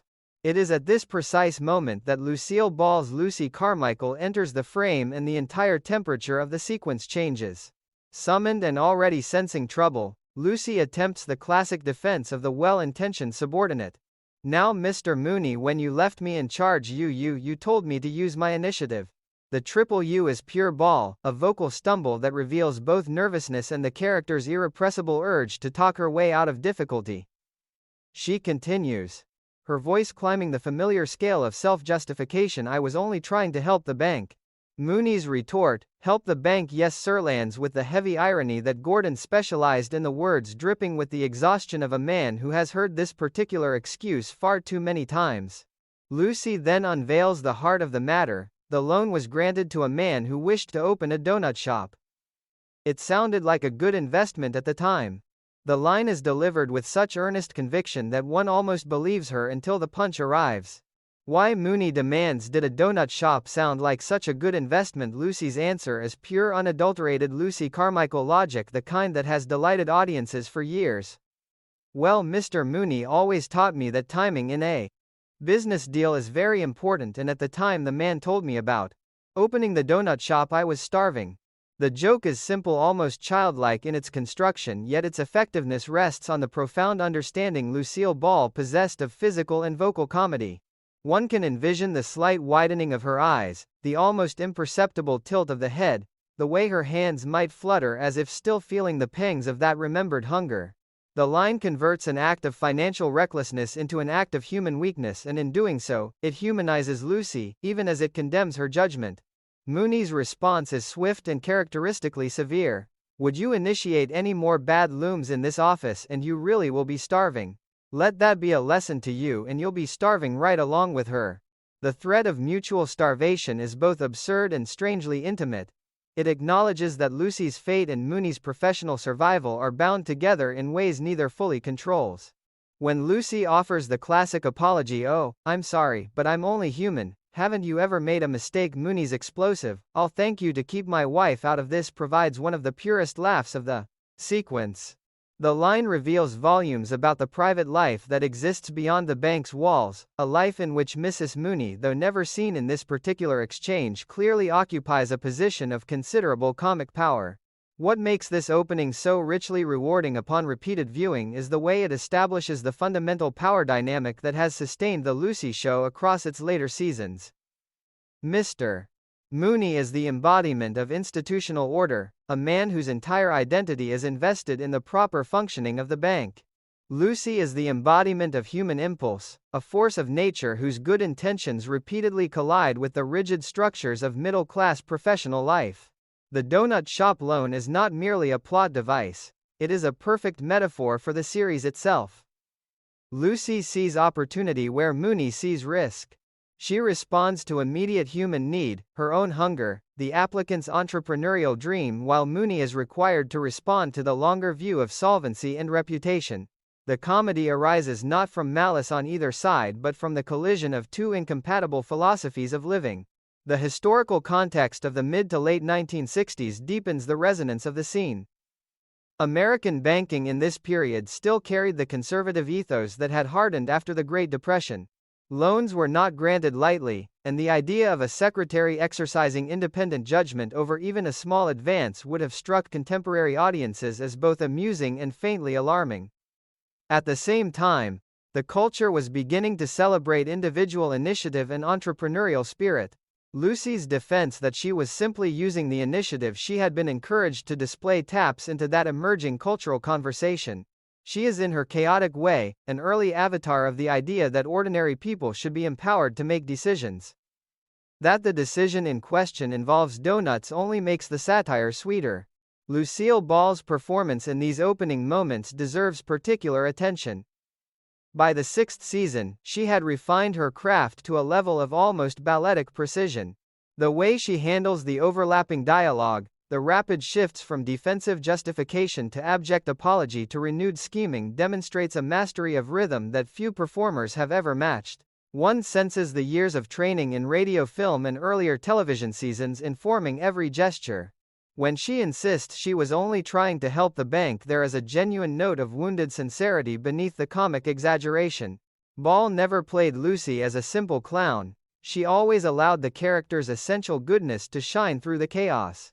That goodness is what ultimately softens Mooney's wrath even as he issues his stern warning to get to work while you still have a job. The scene also functions as a sophisticated piece of exposition for the larger narrative that will unfold across these composite episodes. The mention of Mr. Cheever establishes the higher authority who will reappear in the final Boss of the Year sequence. The motif of unauthorized loans and extensions will return almost immediately with the arrival of Ken Jones and his dancing school. Lucy's willingness to risk professional catastrophe in the service of helping someone, whether a hungry donut entrepreneur or later a struggling dancer, is established as a core character trait. Even the throwaway line about starvation will echo in inverted form when later episodes confront questions of celebrity poverty and the fear of falling from public grace. Gale Gordon's contribution cannot be overstated. His Mr. Mooney is a study in controlled apoplexy. The way he absorbs Lucy's explanations, the slight quiver in his voice when he references his wife, the weary authority with which he dismisses her from the room, all of it builds a portrait of a man who is simultaneously the most clever's wife, the boss, powerful and the most powerless figure in the bank. He can threaten Lucy's job, yet he cannot prevent her from creating the very crises that endanger his own position. This paradox is the engine of their relationship and one of the great comic engines of the series. As the scene concludes and Lucy is sent back to her work, the audience is left with a perfect sense of anticipation. The donut shop disaster has been contained at least temporarily, yet the energy of Lucy's initiative remains uncontained. One knows with the comfortable certainty that long acquaintance with the series provides that the next crisis is already taking shape just outside the frame. The forbidden loan has been explained, the wrath has been expressed, and the stage is set for the cascading sequence of complications that will carry us through dancing schools, truck drivers, movie stars, forgers, and finally the series' own farewell. In these opening minutes, The Lucy Show reminds us why it remains a landmark of American comedy, because it understands that the most enduring laughter arises not from cruelty or superiority but from the recognition of our shared imperfect, endlessly hopeful humanity. Lucy's hunger for donuts becomes, in Ball's luminous performance, a hunger for life itself, and Mr. Mooney's exasperated response becomes the necessary counterweight that keeps the whole delicate comic structure from flying apart. The genius of the writing lies in its refusal to resolve the tension. Lucy is neither fully forgiven nor fully condemned. Mooney is neither wholly rigid nor wholly soft. The bank continues its operations, the threat of Cheever's displeasure lingers, and the audience settles in with the happy knowledge that further delightful disasters await. This is the classic sitcom contract fulfilled with elegance and heart. The world may be disordered by Lucy's presence, yet it is also made infinitely more alive. In The Forbidden Loan for a Donut Shop we find the pure essence of The Lucy Show, a celebration of impulse, a gentle satire of institutional caution, and above all, a loving portrait of two people who for all their differences remain bound together by the simple fact that they share the same small, chaotic corner of the American workplace. The laughter that greets Lucy's confession of hunger is not merely the laughter of surprise, it is the laughter of recognition. We have all at one time or another made a decision based on the needs of the moment rather than the rules of the institution. In Lucy Carmichael's Donut Shop disaster, we see our own better, messier, more human selves reflected back with warmth, precision and inexhaustible comic grace. No sooner has the residual tension of the donut shop loan begun to settle than a new figure appears at the bank. And with him arrives a fresh and even more intricate web of complication. Ken Jones, portrayed with effortless charm and athletic grace by the gifted Ken Barry, steps into the office carrying the quiet desperation of a man whose first professional dream is threatening to collapse before it has properly begun. Lucy, ever the social catalyst, performs the introductions with the bright, slightly breathless enthusiasm that is her trademark. "I want you to meet my boss, Mr. Mooney. Mr. Mooney, this is Mr. Jones." The formality of the presentation is undercut almost immediately by the purpose of the visit.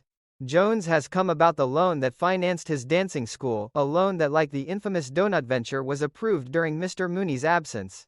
The pattern is already clear. Lucy's periods of temporary authority are fertile ground for financial decisions that later require elaborate repair.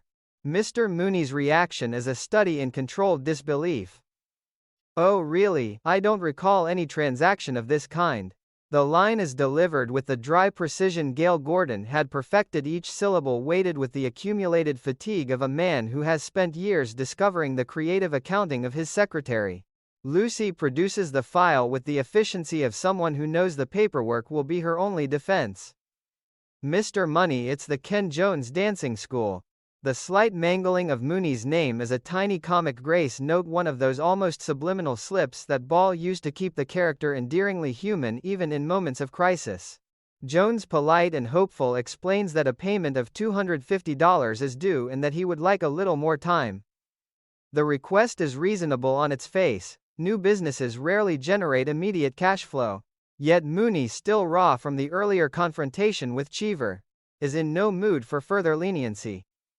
No, according to this contract, the payment was due yesterday. What follows is a delicate dance of persuasion, interruption, and escalating panic.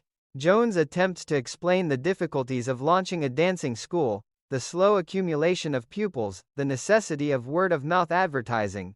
Lucy, sensing the danger, tries to intervene only to be silenced by Mooney's sharp "Oh please, will you be quiet?" The threat of Mr. Cheever's knowledge hangs over the scene like a storm cloud. I'll be in a terrible mess if Mr. Cheva hears about this. The repeated near misses with Cheever's name, Cheever Sheva chief, function as a running joke that underscores how thoroughly the higher authority dominates the emotional atmosphere of the bank. Mooney's ultimate position is uncompromising. He will simply have to foreclose and liquidate the assets. When Jones asks with genuine bewilderment what assets, Mooney indicates the equipment listed as collateral. The revelation that the equipment once belonged to a donut shop produces one of the purest comic detonations of the sequence. A donut shop? Oh, that's going to be nice to explain to Mr. Cheever. The circularity is exquisite. The very enterprise that caused the first crisis has now become the collateral for the second. Lucy's intervention at this point is a masterclass in the character's particular brand of emotional logic.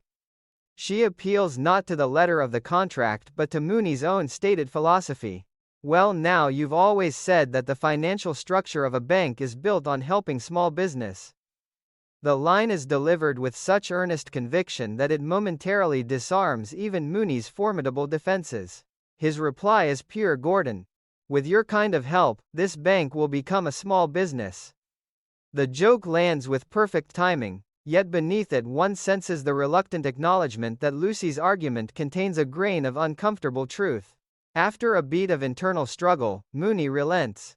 Oh well, all right, I'll see what I can do. I won't guarantee anything. The concession is grudging, provisional, and entirely characteristic.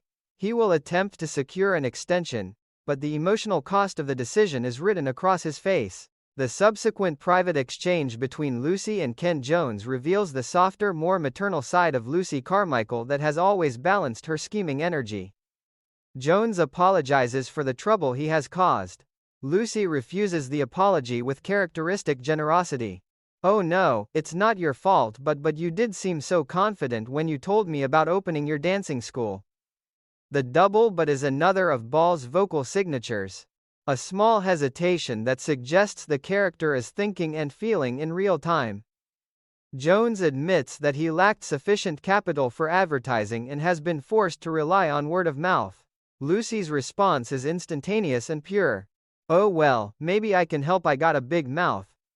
The self-deprecating humor is warm rather than self-pitying, and it opens the door to one of the episode's most charming transactions. She inquires about the cost of lessons and learns that a full course guaranteeing a complete routine can be had for $25.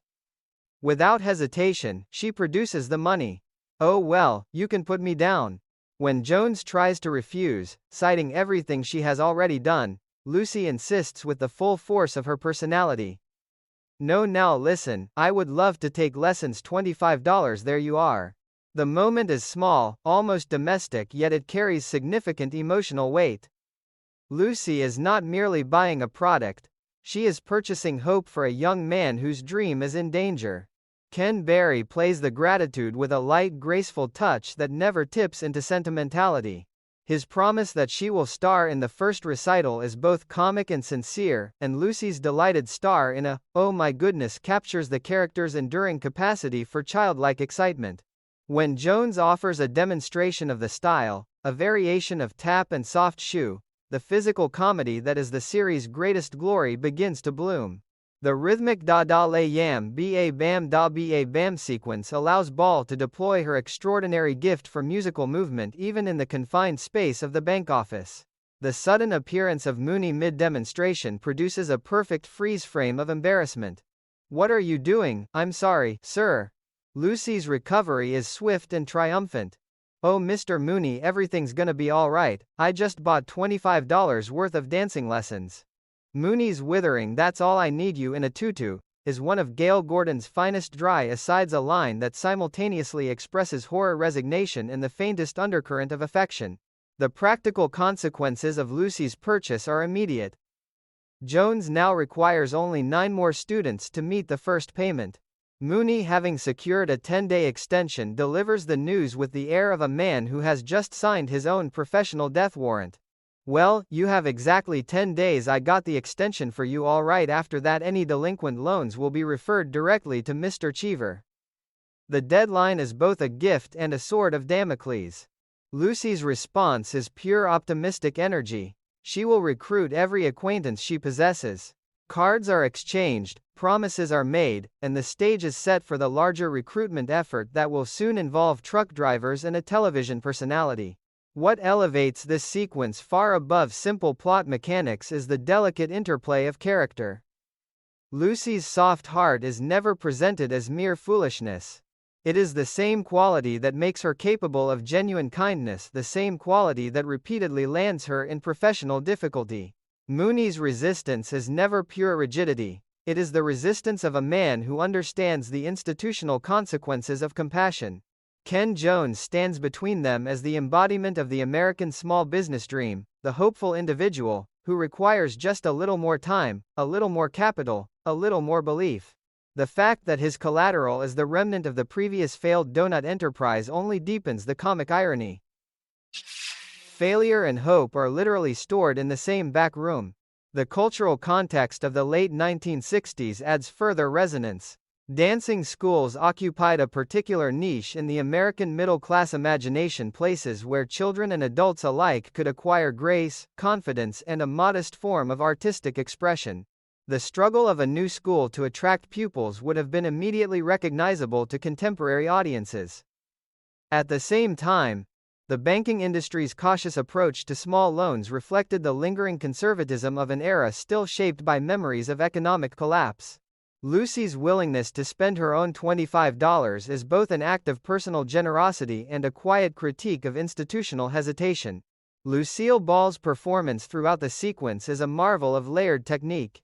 She moves from anxious defender of her earlier decision to enthusiastic customer to determined recruiter without ever losing the essential continuity of the character. The physical business of the dance demonstration is timed with the precision of a dancer herself, each step and vocalization calibrated to maximize both comedy and charm.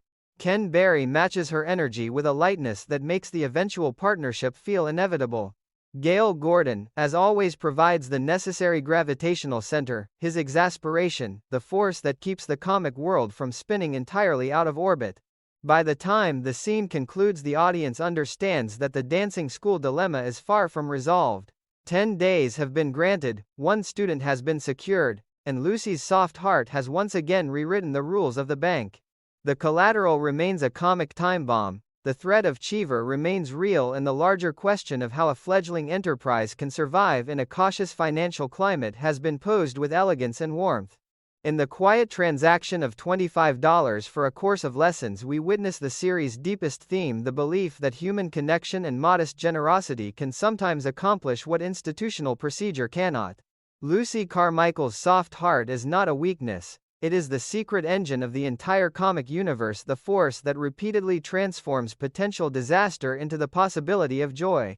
In this carefully constructed sequence, that engine is running at full glorious power. The momentum of Lucy Carmichael's latest scheme gathers force with remarkable speed once the 10-day extension has been secured.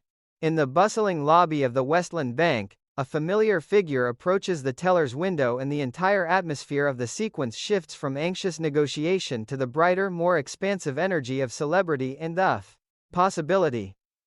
The man is Ralph Story.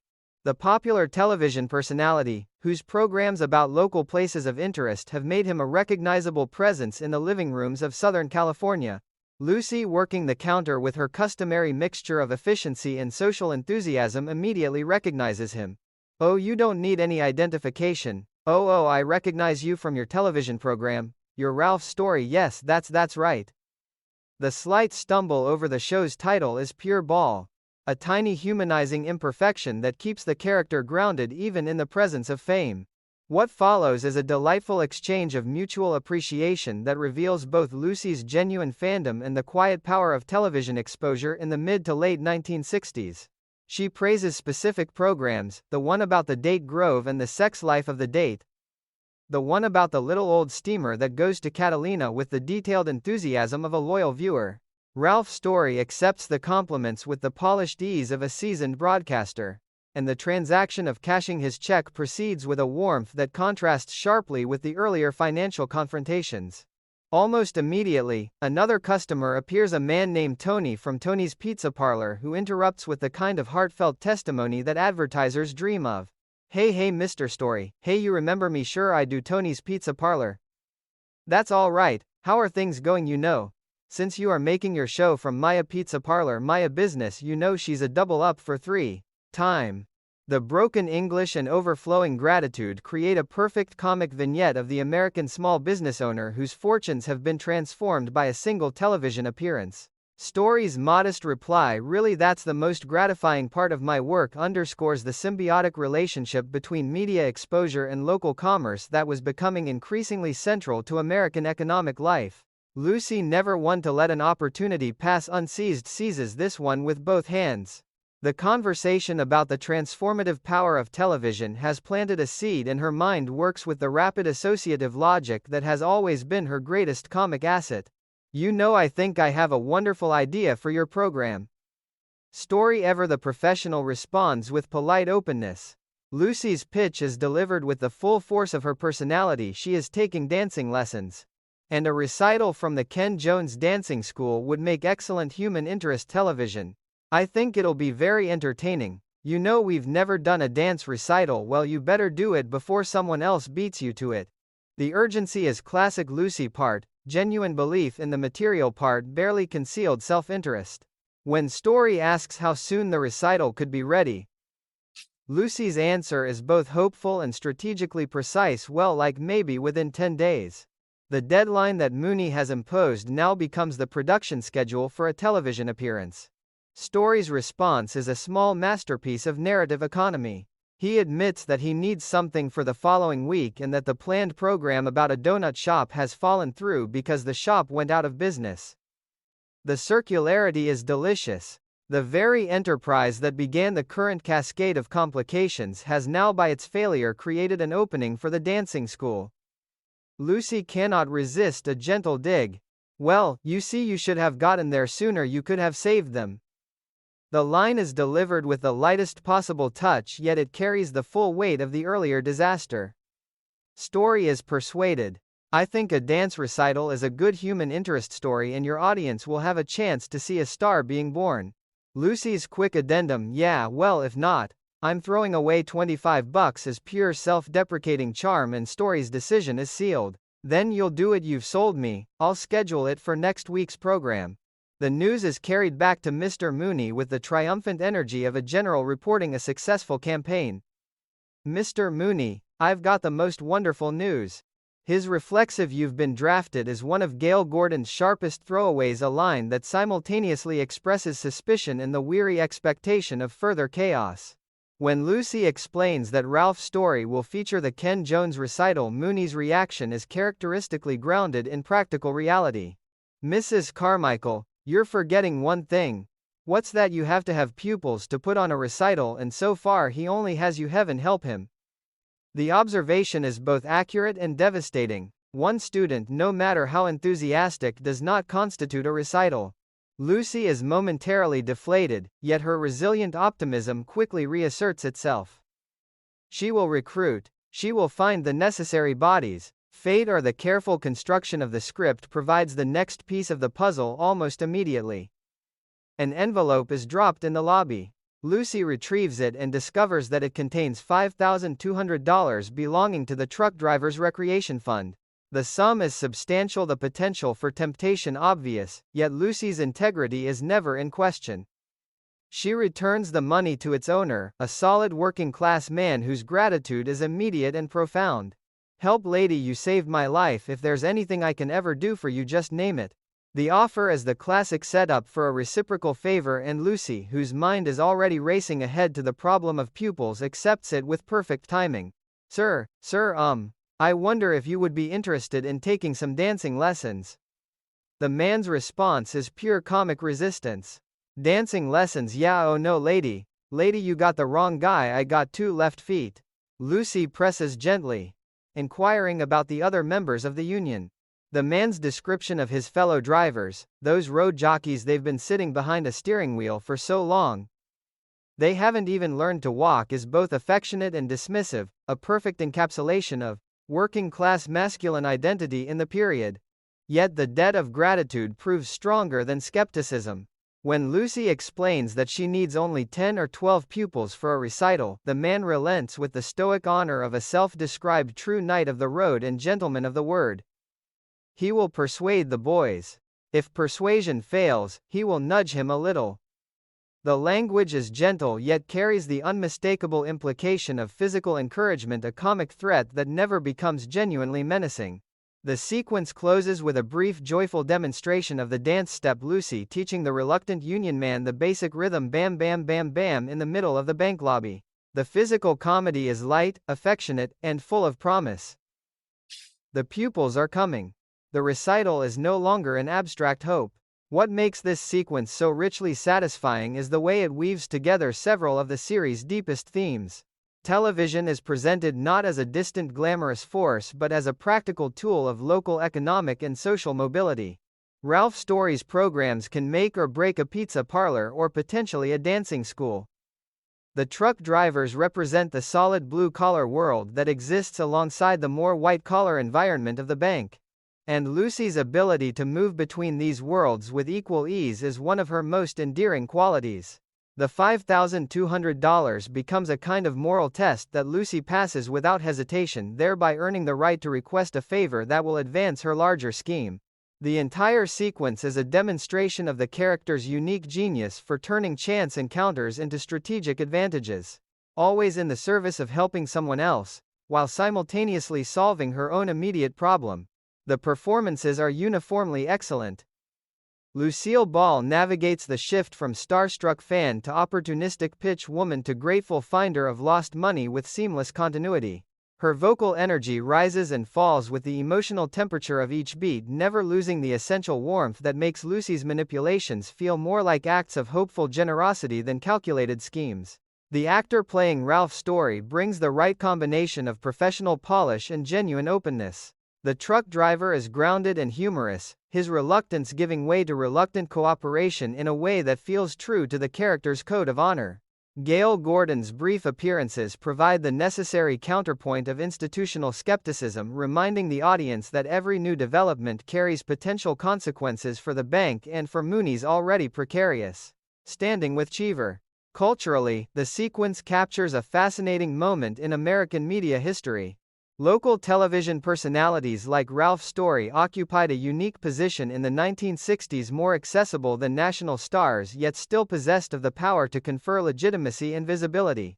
The idea that a single appearance could double a pizza parlor's business 3 times over would have resonated with audiences living through the rapid expansion of television's influence on everyday commerce.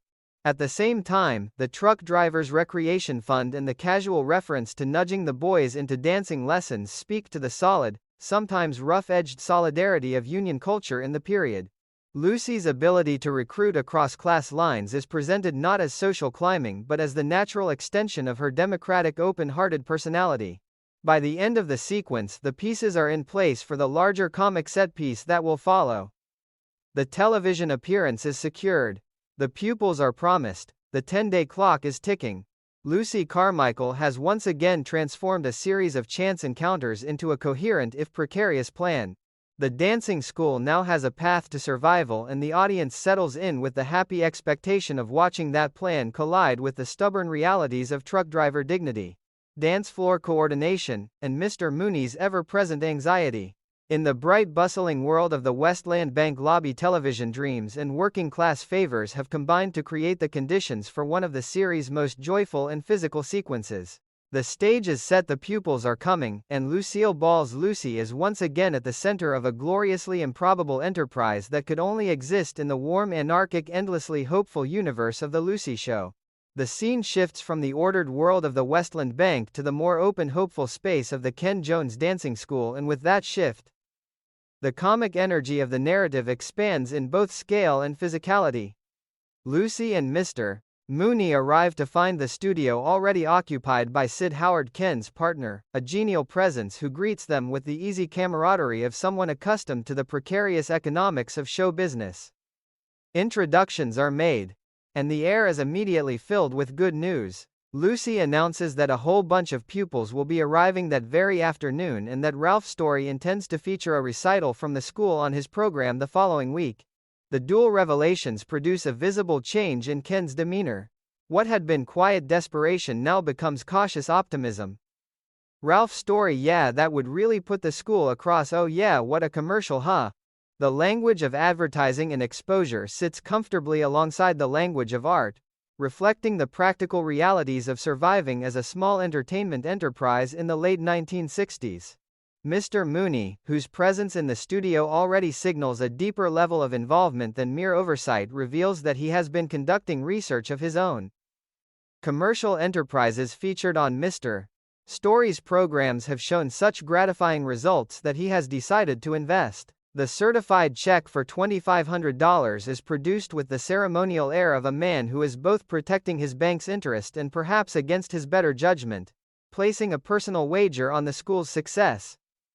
Negotiations over the percentage of ownership follow with the rapid, slightly absurd precision that the series often brings to financial discussions. Half interest is proposed, then revised. A third interest is 23 and a third it's 33 and a third%. Yeah, that's more like it. The arithmetic is performed aloud for the audience's benefit, and the final agreement of 33 and a third% is sealed with handshakes and the unmistakable sense that Mooney has once again allowed Lucy's soft-hearted logic to influence a decision that pure banking caution might have rejected. The investment is both a vote of confidence and a comic escalation. The bank officer is now a stakeholder in the very enterprise whose first payment he had nearly foreclosed upon only days earlier. The arrival of the pupils transforms the atmosphere completely. A group of solid working-class truck drivers files into the studio, their physical presence immediately at odds with the graceful aspirations of a dancing school. The script makes clear that their attendance is the result of persuasion that bordered on coercion. He was told to come down here and get some dancing lessons. He was persuaded. Actually, we was snatched. The comic admission sets the tone for everything that follows. Ken. Ever the professional attempts to begin with a simple question. Have any of them ever taken dancing lessons before? The collective laughter that answers him is both good-natured and absolute. Undeterred, he demonstrates a basic step, bam bam bam bam bam bam bam boom boom boom boom boom boom boom, with the clean athletic precision that Ken Barry brought to every physical sequence. The truck drivers watch with the polite skepticism of men who know their own bodies and their own limitations. The first attempt at imitation is a disaster of the most delightful kind.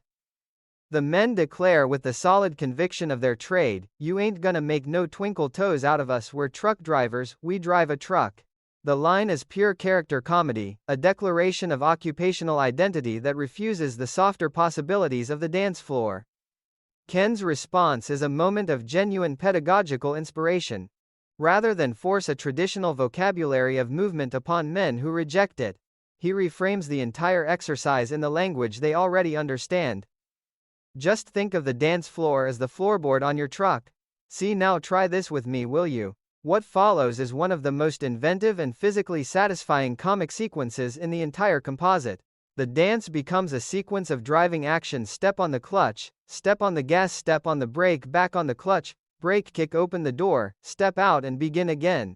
The translation of automotive motion into choreography is both practical and hilarious. The truck drivers, suddenly given a framework that honors rather than contradicts their daily experience, begin to move with a rough but recognizable approximation of rhythm. Music is requested. Sid is asked for a little music, preferably some trucking music. One of the men suggests that it might be better if he simply honked the horn. The line is thrown away with perfect casualness, yet it crystallizes the entire comic premise, the collision of two worlds that should not fit together, and yet under the pressure of Lucy's determination and Ken's adaptability begin to find an unexpected harmony. Lucy herself is drawn into the lesson. "Oh, Mrs. Carmichael, you may as well come in, you're a pupil too." Her participation adds another layer of physical comedy as she attempts to follow the clutch gas brake sequence, her natural musicality both helping and hindering her progress. The question of gears, what gear first, second or high, extends the metaphor to the point of delightful absurdity. And the repeated attempts to restart the sequence after it breaks down produce the kind of escalating chaos that Lucille Ball had elevated to an art form across 2 decades of television. The sequence is a triumph of physical storytelling. Ken Berry's clean demonstration provides the ideal against which the truck driver's heavier, more tentative efforts can be measured. The men's gradual improvement is never complete, yet it is real enough to generate genuine hope for the coming recital. Lucy's presence in the middle of the group keeps the emotional center of the scene firmly with the series' star. Her willingness to look foolish in the service of a larger goal is one of the character's most consistent and endearing traits. Mr. Mooney's earlier investment now carries an additional comic charge. Having placed $2,500 and a 1/3 interest on the success of the school, he is forced to watch the very pupils, who will determine that success, struggle to coordinate their large frames into something resembling a dance. His silent reactions, one imagines, would have been a masterclass in restrained apoplexy.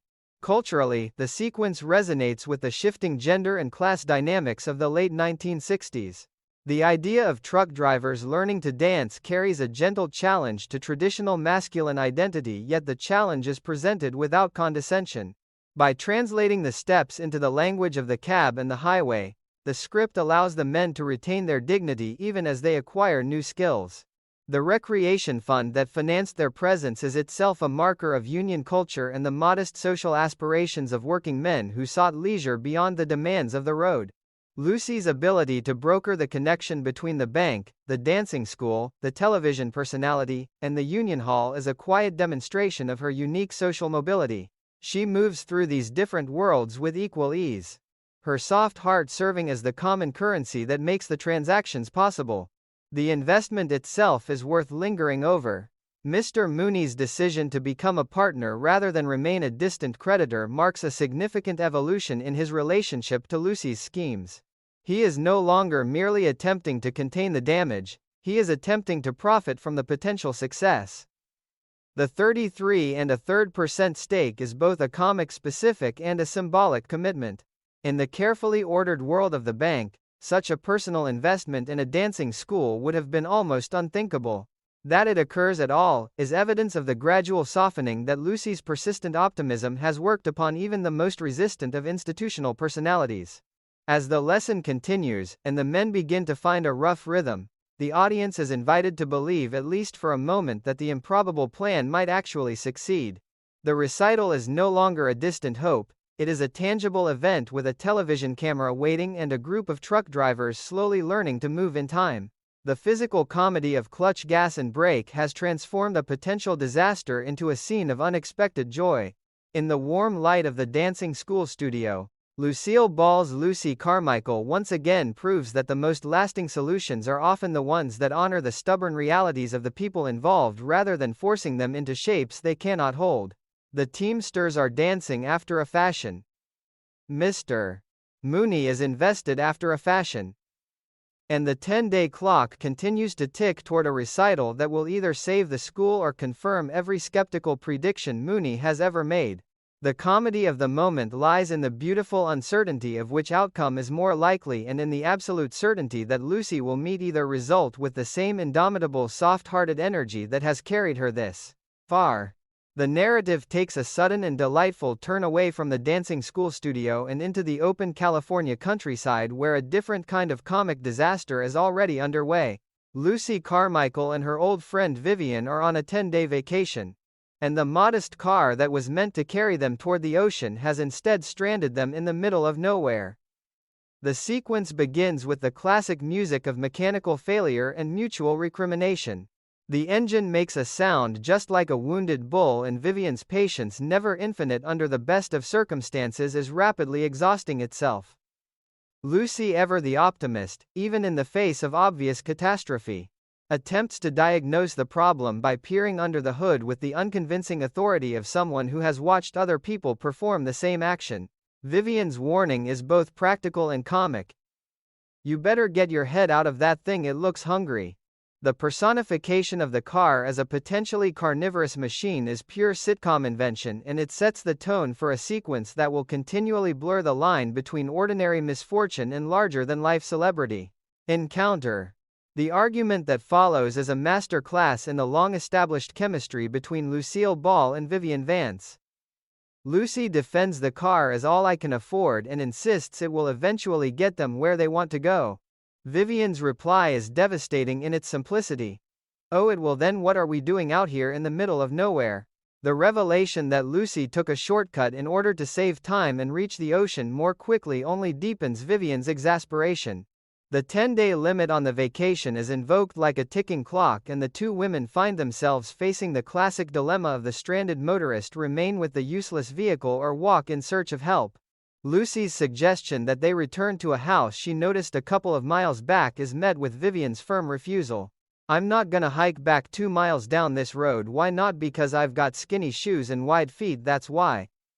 The line is pure Vance. A perfect encapsulation of physical discomfort and stubborn practicality. Lucy's counter "yeah, stop squawking and start walking" carries the affectionate bullying that has always defined their friendship.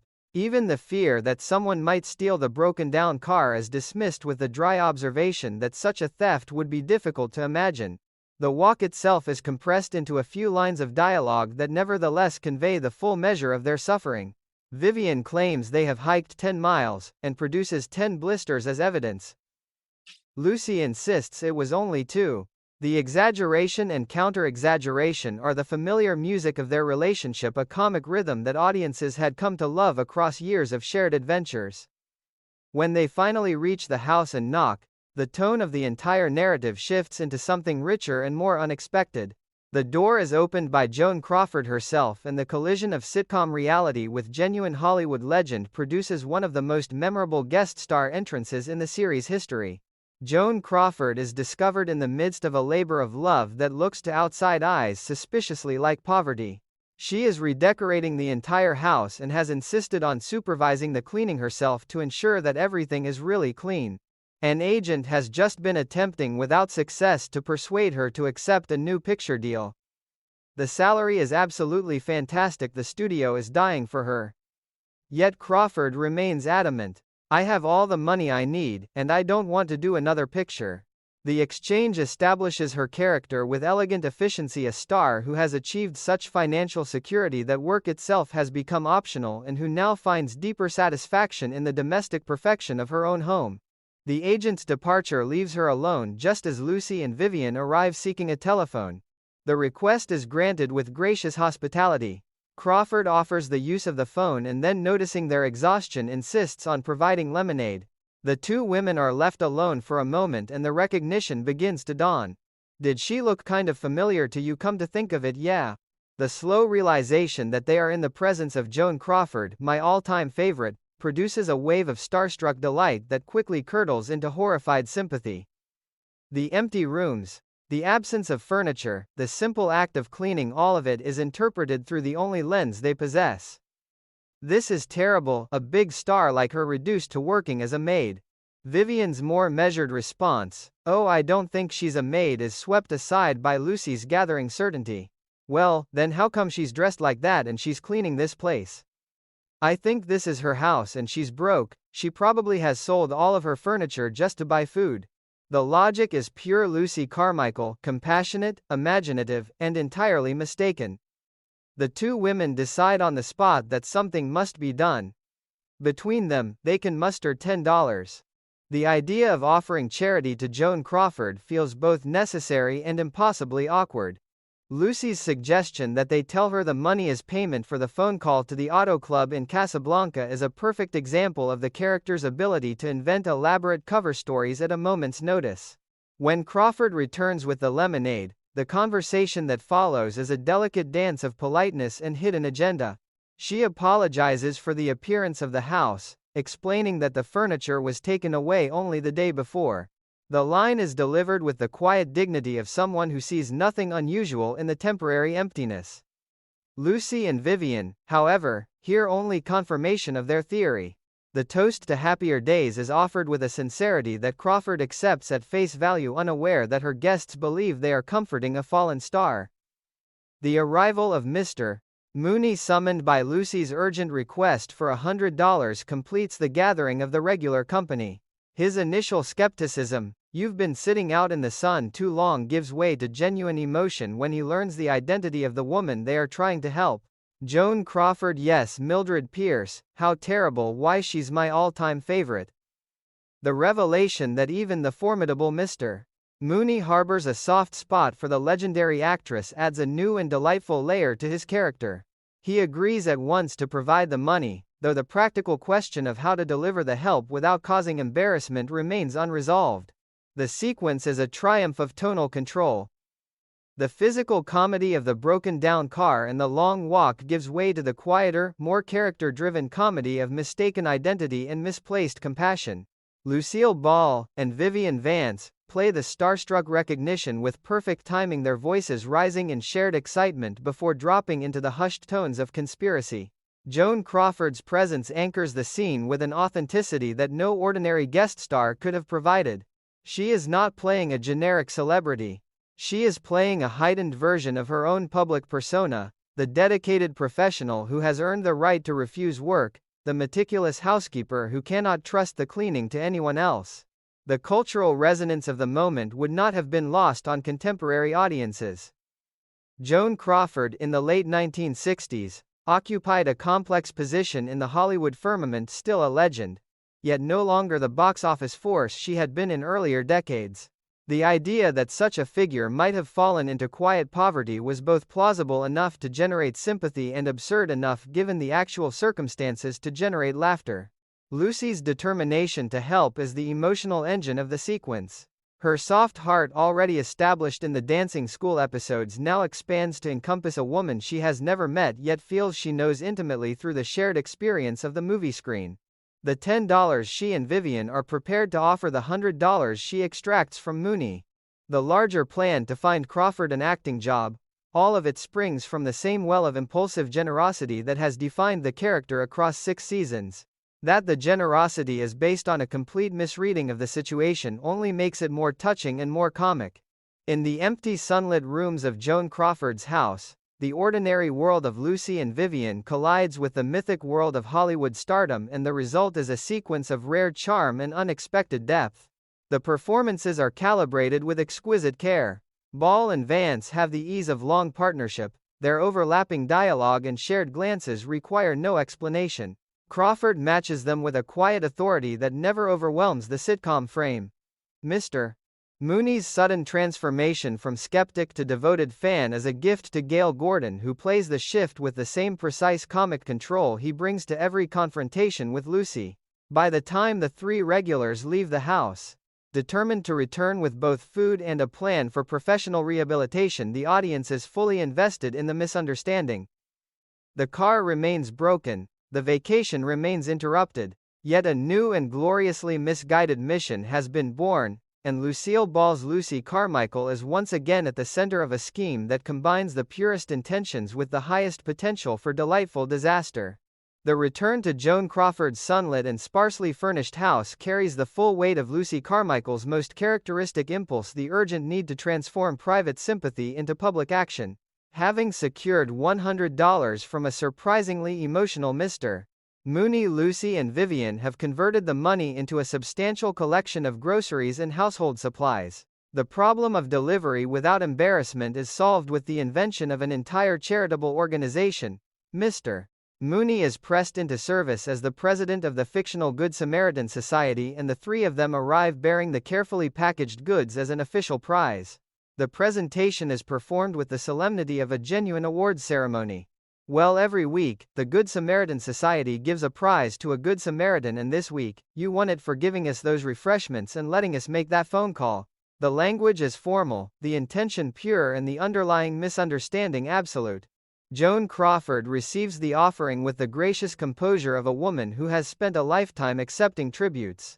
She is polite, slightly puzzled, and entirely unaware that her guests believe they are rescuing her from destitution. The comic machinery of the scene reaches its first peak when Mooney, who has somehow failed to recognize the object of his own earlier devotion, is finally told her identity. The double take is a gift to Gail Gordon. "You're Joan Crawford." "Yes, and I am. Oh, it's Joan Crawford," and he didn't even recognize her. The line is delivered with the perfect mixture of awe and residual professional formality. Crawford, for her part, accepts the award with quiet dignity and attempts to decline further attention, suggesting that the society might find someone who truly needs the help. Lucy and Mooney will have none of it. "Miss Crawford, you are the exceptional person, and we never change our selection." The insistence is both comic and touching. Having decided that Crawford is in need, they cannot allow her to refuse the help they have so carefully prepared. The conversation quickly turns to the possibility of reciprocity. Crawford, still playing the role of gracious hostess, offers to assist the society in any way she can. Lucy seizes the opening with the speed of a woman who has already mapped the entire campaign. The organization, she explains, is putting on a show, and they would be honored if Miss Crawford would star in it. The request is framed as charity work, and that single word proves decisive. "If it's for charity, I'll be glad to appear." The agreement is reached with the same quiet professionalism that Crawford has brought to every moment of the encounter. She will appear. The arrangements will be made. She need not worry about a thing. The lemonade is refreshed, the toast is drunk, and the three conspirators depart with the satisfied air of people who have successfully launched a rescue operation. What they have actually launched is a full-scale theatrical production built around a 1920s speakeasy. The benefit performance itself becomes one of the most elaborately staged comic set pieces in the composite. The scene is a low-lit, period-flavored nightclub where the regular girls Rusty and Cuddles discuss the arrival of a new diamond dancer with the hard-edged slang of the era. Scarface, the boss, is expected. Into this world of gum-chewing toughness and territorial romance steps Crawford's character, the impossibly innocent Cynthia. Her entrance, complete with umbrella, is a study in deliberate contrast. She is pure, polite, and utterly unprepared for the environment. When offered a drink, she requests milk. The explanation that gin isn't hard liquor, gin's just short for ginger ale, is accepted with wide-eyed gratitude. The other girls regard her with a mixture of suspicion and reluctant amusement. Rusty's warning to keep away from Scarface is delivered with the full force of romantic possessiveness, and the physical threat that follows when Cynthia's next glass of milk is predicted to leak like a sieve keeps the comedy edged with the mild danger of the period setting. The arrival of Scarface himself, played with appropriate menace and sudden soft-heartedness, shifts the energy once more. He chooses the new girl for a dance, ignoring the established favorite, and the romantic triangle is complete. The sequence allows Joan Crawford to display a lighter, more playful side of her persona while still retaining the underlying authority that made her a star. Lucille Ball and Vivian Vance as the hard-boiled regulars provide the perfect comic counterpoint. Their tough dialogue and physical business grounding the sketch in the familiar rhythms of the series. The entire performance is presented as both a genuine attempt to showcase Crawford's talents and a chaotic amateur production mounted by people whose primary qualification is good intention. The aftermath of the show brings the misunderstanding to its inevitable and gentle collapse. Job offers begin to pour in. Producers who attended the benefit have been impressed. Lucy and Mooney arrive at Crawford's house with the triumphant news that her professional worries are over. The response they receive is not the grateful acceptance they expected. Crawford has been turning down picture offers for years. She does not need the work.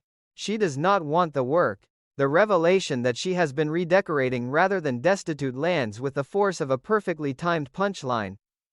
Lucy's carefully constructed narrative of fallen stardom evaporates in an instant.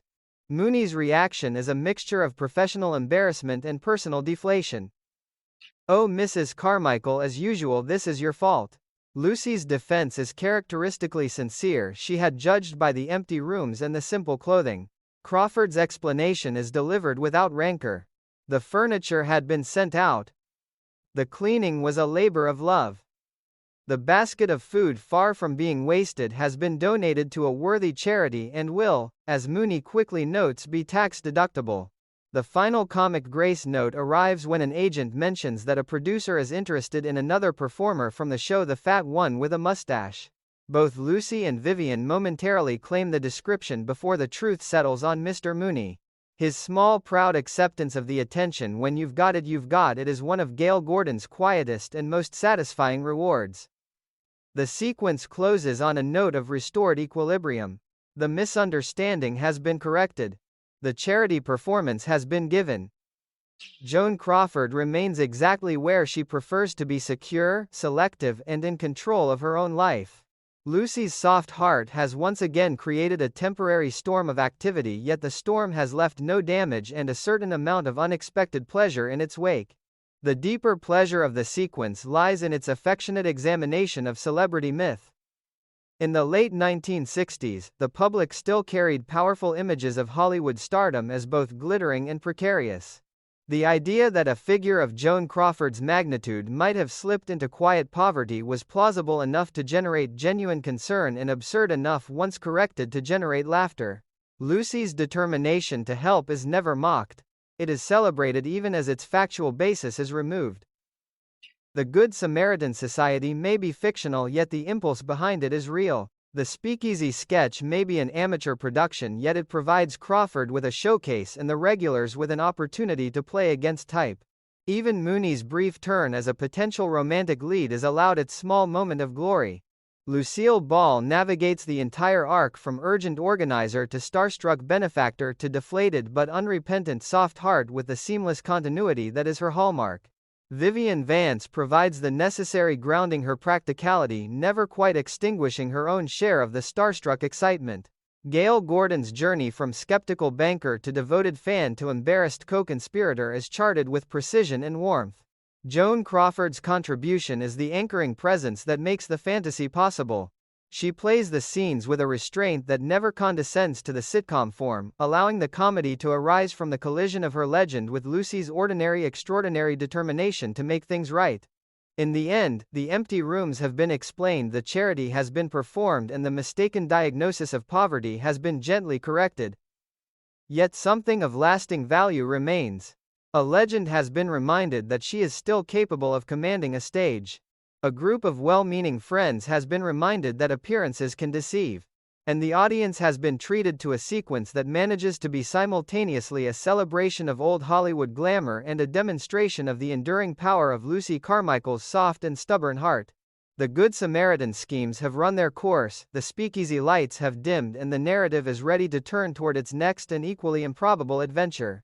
The benefit performance itself unfolds as a self-contained world of smoke slang and carefully calibrated anachronism. A 1920s speakeasy reconstructed with the affectionate exaggeration that only a 1960s television comedy could provide. The lights are low, the dialogue is clipped and knowing, and the entire sequence is framed as both a genuine theatrical effort and a comic playground in which the regular cast and their legendary guest contest the boundaries of character. At the center of this constructed underworld stand two established figures of the establishment, Rusty and Cuddles, played with tough-edged relish by Lucille Ball and Vivian Vance. Their opening exchange sets the tone with the easy rhythm of women who have seen every new face that Scarface has ever hired and have disposed of most of them. "I hear that Scarface has hired another diamond dance girl." "Well, that's right, Scarface is always hiring dames and I'm always getting rid of them." The language is pure period pastiche, yet the emotional territory is familiar. Territorial romance, professional survival, and the quiet exhaustion of women who must continually defend their place, form the foundation of the scene. Rusty claims a particular kind of superiority. When Cuddles suggests that the new girl might be a threat, Rusty dismisses the possibility with a declaration of personal style. "Nah, she ain't got a chance. Scarface likes my type culture." The word is delivered with the self-conscious emphasis of someone who has decided that culture is both a possession and a weapon. The demonstration that follows is small and perfect. The elaborate handling of a piece of chewing gum becomes evidence of innate class. Yeah, class is something you're born with. Either you got it, or you can't acquire it. The misspoken verb is a tiny gift of character writing, a reminder that these women have constructed their sophistication from the materials available to them. Ball and Vance play the exchange with the precise timing of long partnership, their voices low and confidential, their physical business, economical and telling. One senses the years of shared stage and screen work informing every glance and pause. Into this closed and wary society steps the new girl Cynthia, embodied by Joan Crawford with a luminous and deliberate innocence that collides with the surrounding hardness like a beam of light entering a smoke-filled room. Her entrance is prepared by the other women's speculation and then realized with the simplest of props, an umbrella that has no business in a speakeasy. The instruction to get rid of that umbrella is both practical and symbolic. Cynthia is still carrying the outer world with her, and the outer world has no place here. Her explanation for taking the job is a comic aria of familial responsibility. She is the sole support of her mother and father, her grandmother and grandfather, 4 nieces, a nephew, 5 sisters and a brother whom she is putting through medical school. The list is preposterous in its length and delivered with such earnest sincerity that the surrounding characters can only stare. When the economic reality of the establishment is explained 10 cents a dance, her solution is equally pure: she will take the doggy bags home. The line is a perfect crystallization of the character's practical innocence, and Crawford gives it the full weight of someone who has never considered that the contents of a doggy bag might be anything other than a legitimate resource. The offer of a drink becomes the sequence's most sustained comic engine. Rusty and Cuddles order gin. Cynthia requests milk. The correction is immediate and delivered with the patience of women who have decided to educate rather than mock. Gin isn't hard liquor, gin's just short for ginger ale. Cynthia accepts the information with grateful surprise. I didn't know that. The exchange is allowed to breathe. The silence around it filled with the other women's mixed reactions of disbelief and reluctant protectiveness. When Rusty later mutters that someone had better keep an eye on the milk, the threat is both literal and atmospheric. The world of the speakeasy runs on coded knowledge, and Cynthia has not yet learned the codes. Her continued insistence that she has never touched hard liquor only deepens the comic tension.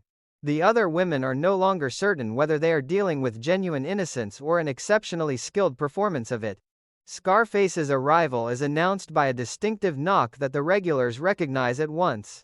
The physical business of his entrance, the greetings exchanged with Rusty and Cuddles, and the sudden shift in attention toward the new girl create a small and perfect triangle of romantic and professional competition. When he chooses Cynthia for the dance and instructs the others to sit this one out, the rejection is felt as both personal and economic. Rusty's subsequent private confrontation with Cynthia carries the full heat of wounded possession. The warning is clear: Scarface is taken. The two of them have been through tough times together. The final observation, "It may not show, but I've suffered," is met with Cynthia's mild and devastating reply, "It shows." The line is a quiet masterpiece of understated comedy, and Crawford delivers it with the serene confidence of someone who has not yet understood that she has drawn blood. The physical threat that follows is staged with the lightest possible touch. Rusty's prediction that the next glass of milk will cause Cynthia to leak like a sieve is both a comic escalation and a reminder that the speakeasy world resolves its conflicts through direct and sometimes violent means. The music rises, the dance begins, and the sequence is allowed to exist as a complete and satisfying theatrical unit. Within its brief running time, it has established a closed society, introduced an outsider who disrupts it, and allowed the resulting tensions to play out through dialogue, physical business, and the careful deployment of a single glass of milk. The deeper resonance of the sequence lies in its playful examination of class and performance. The Speakeasy Girls have constructed a version of culture that is both protective and precarious. Cynthia's unself-conscious goodness exposes the constructed nature of their toughness without ever condemning it. Joan Crawford's presence adds an extra layer of historical echo. Audiences in the late 1960s would have carried memories of her earlier, harder screen roles. And the decision to cast her as the innocent newcomer creates a delightful friction between persona and part. Lucille Ball and Vivian Vance, by contrast, lean fully into the hard-boiled idiom. Their performance is a celebration of the tough, resilient women who populated the popular culture of the Prohibition era and who still held a place in the American comic imagination. The milk itself becomes a central symbol. In a world that runs on gin and coded language, the request for milk is an act of radical simplicity.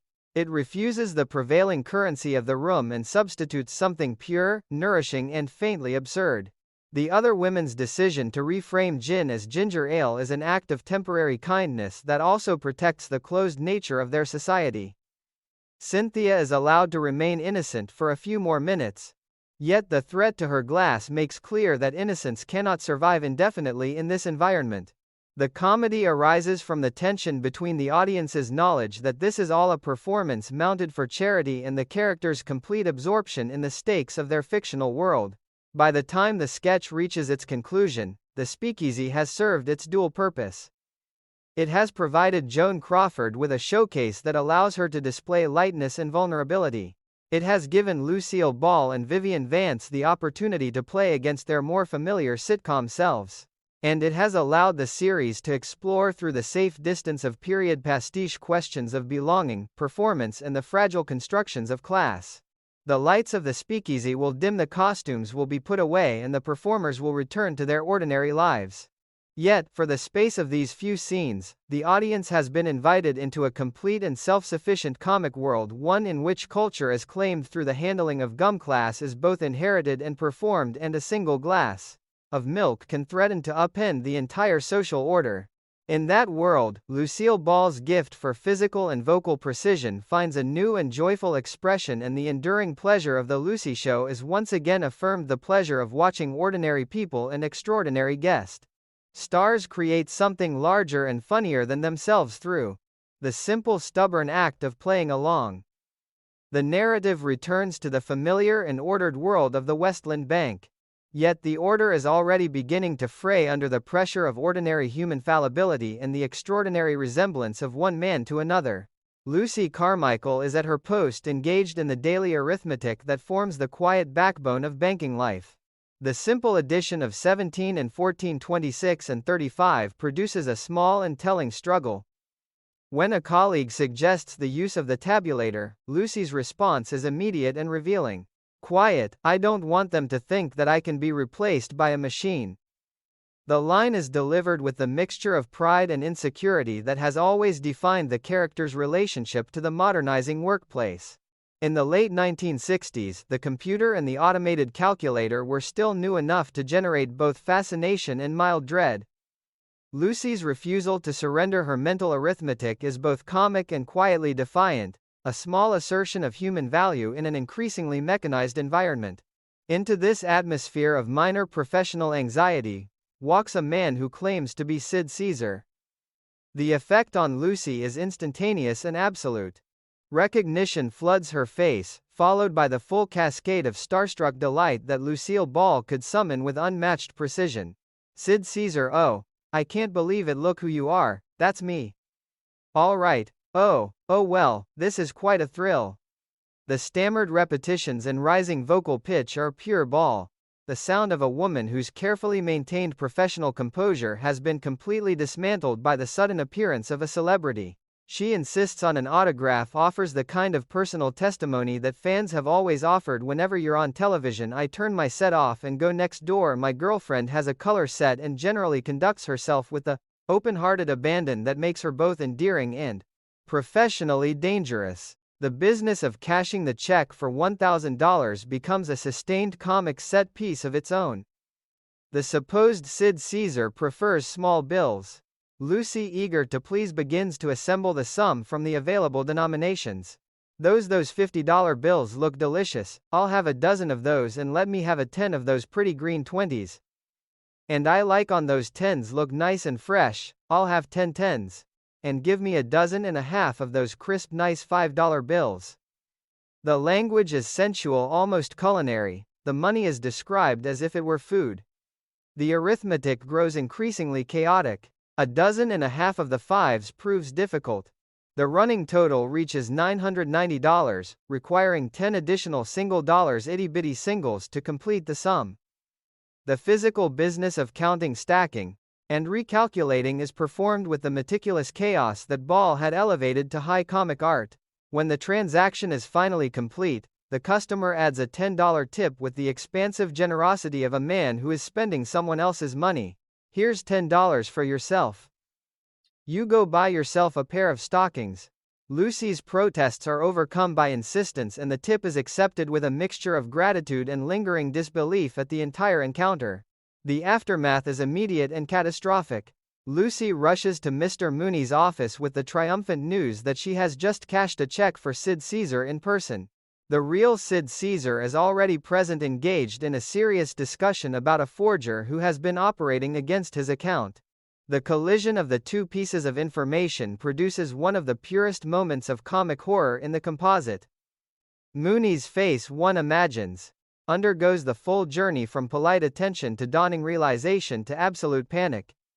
You cashed the check for Sid Caesar. Who are you? Who do you think he is, you nincompoop? I'm Sid Caesar. The real Caesar's fury is controlled but unmistakable. The man Lucy has just paid is an imposter, a forger who has been systematically draining the account with checks of various amounts: $600, $11, $1,000. The bank will be required to make good on the losses.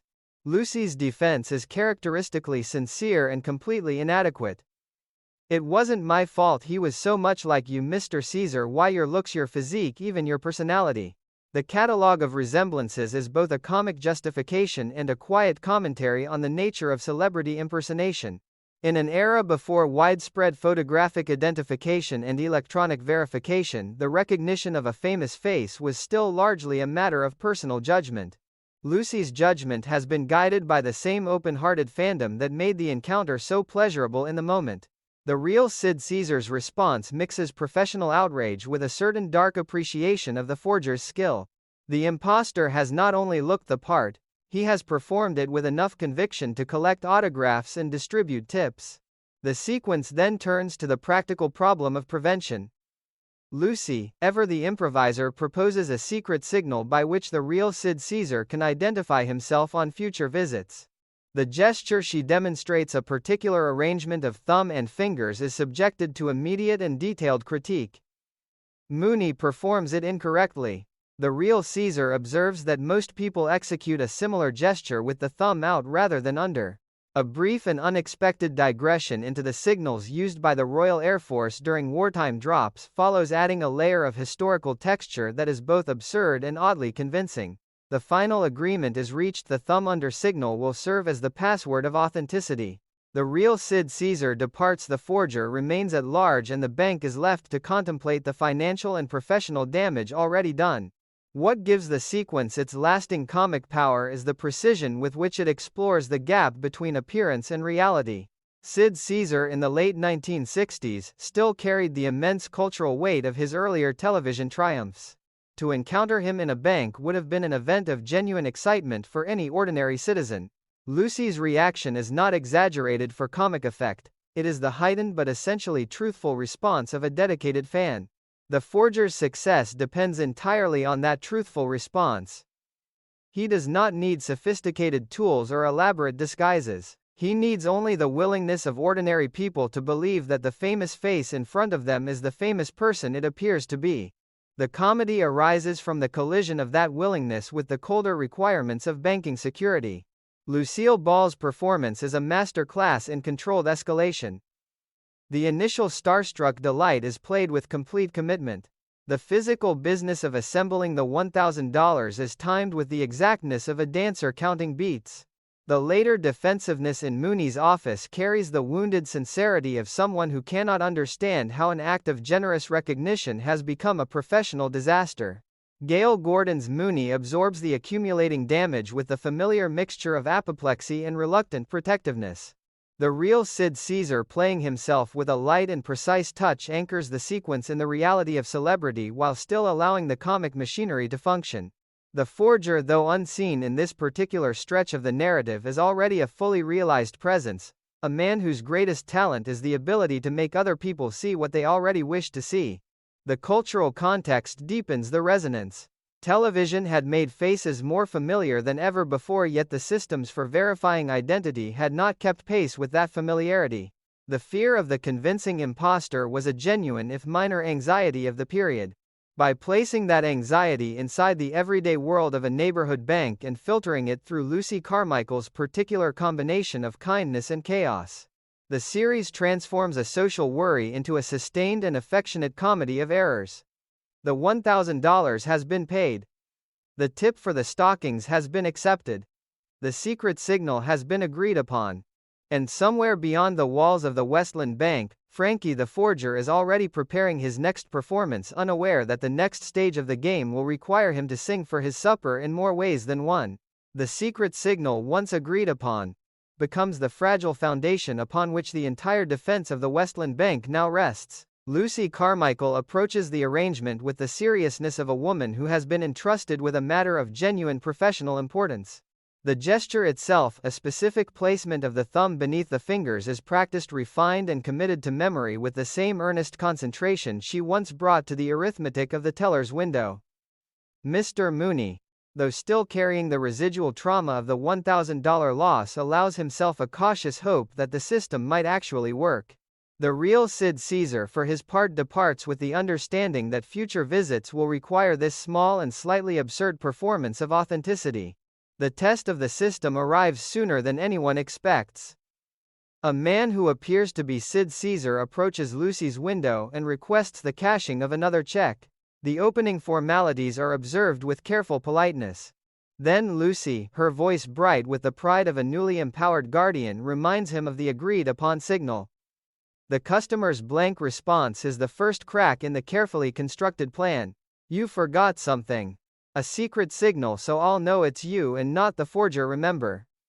The man recovers with the smooth improvisation of a professional performer, yet the moment of hesitation has already registered.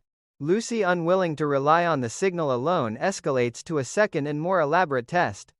She asks him to perform a song from the Broadway show Little Me, specifically the number he sang to the girl in the second act. The request is both ingenious and deeply characteristic of Lucy's mind. When visual and gestural evidence prove insufficient, she turns to the shared cultural memory of performance itself. What follows is one of the most purely delightful musical interludes in the entire composite. The supposed Sid Caesar protests that the song was originally performed with a partner and that it is difficult to recreate without one. Lucy, never one to allow a practical difficulty to obstruct a good idea, immediately volunteers. The resulting duet is a comic gem of mismatched commitment and unexpected harmony. The lyrics, fragments of which float through the bank straight off the farm with an actual arm, are delivered with the full conviction of a man who has decided that the only way out of the situation is to lean all the way into it. Lucy matches him phrase for phrase, her body swaying with the memory of 1,000 earlier musical numbers, her face alight with the pleasure of shared performance. When the song ends, she is completely convinced. The check for $1,000 is cashed. The customer departs. Mr. Mooney, reviewing the signature, pronounces it genuine. For a brief and shining moment, the system appears to have worked. The illusion collapses with the arrival of the next visitor. Another Sid Caesar enters the bank. Lucy's reaction is instantaneous and absolute. This must be the forger. The carefully rehearsed protocol is activated. Mooney is alerted. The security officer is summoned. Within seconds, the new arrival is facing the wrong end of a weapon and being ordered to place his hands on the counter. His protests, "I'm Sid Caesar. I have identification," are dismissed as the predictable claims of a trapped criminal. The search of his person produces a sheaf of checks made out to Sid Caesar, and more damningly still in the eyes of the bank staff, a deposit slip. The presence of the deposit slip creates a moment of cognitive dissonance. Would a forger be putting money into the account rather than taking it out? The question hangs in the air just long enough for the terrible possibility to dawn. The man is the real Sid Caesar. The earlier customer, the one who sang so obligingly, was the forger. The humiliation is total. Caesar's controlled fury fills the office. He has been ordered to raise his hands, searched like a common criminal, and treated as an impostor in the very institution that is supposed to protect his assets. Lucy's apologies tumble over one another in a cascade of genuine remorse and residual confusion. Mooney's attempts at professional damage control only deepen the wound. The real Sid Caesar's final observation cuts cleanly to the heart of the matter. Perhaps he should find a banker who is not so easily fooled by every pretty face that comes along. The line is delivered without raised voice, yet its effect is devastating. From the wreckage of the failed detection plan, a new and more radical idea emerges. Lucy, her mind already racing ahead to the next solution, proposes that the real Sid Caesar simply stay away from the bank for a period of time. Any man who appears claiming to be Sid Caesar will by process of elimination be the forger. The logic is elegant in its simplicity and completely characteristic of Lucy's approach to problem solving. If the positive methods of identification have failed, then the negative method of absence will succeed.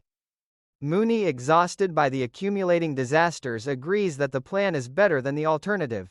The real Sid Caesar, still smarting from the morning's indignities, accepts the arrangement with the weary resignation of a man who has begun to wonder whether the entire banking relationship is worth the continued threat to his dignity. The sequence is a masterful exploration of the limits of recognition. In a world before digital photography and electronic databases, the identification of a celebrity rested almost entirely on the fallible judgment of ordinary people.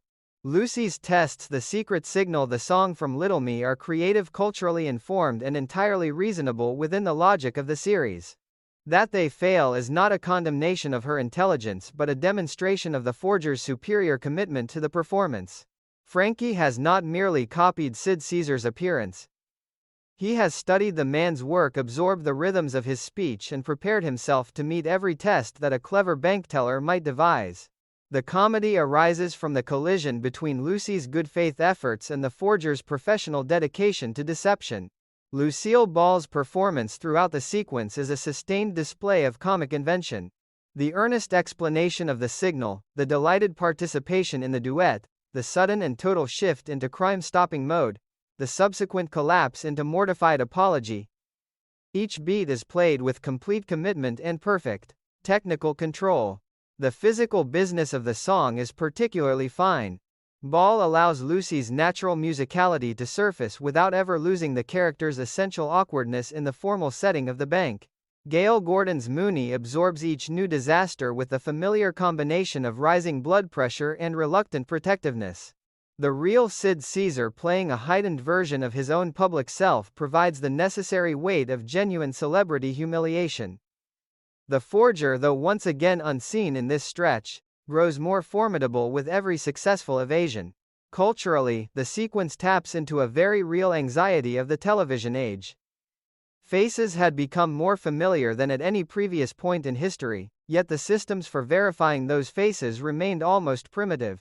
The idea that a talented imposter could walk into a bank and walk out with $1,000, simply by looking and sounding like a famous man, was both funny and faintly unsettling. By placing that anxiety inside the everyday world of Lucy Carmichael's workplace and allowing her to invent an escalating series of countermeasures, the series transforms a social worry into a richly human comedy of errors. The signals have failed. The song has been sung by the wrong man. The gun has been pointed at the right one. And the only remaining strategy is the complete absence of the genuine article. In that absence, the stage is set for the final, most physical, and most satisfying confrontation of the entire forger arc. The private world of Frankie the Forger is revealed in a quiet restaurant booth, and with that revelation, the entire comic enterprise of the impersonation acquires a new and unexpectedly human dimension. Frankie sits across from his associate Rocky, a solid man of uncomplicated appetites, and the contrast between them could not be more complete.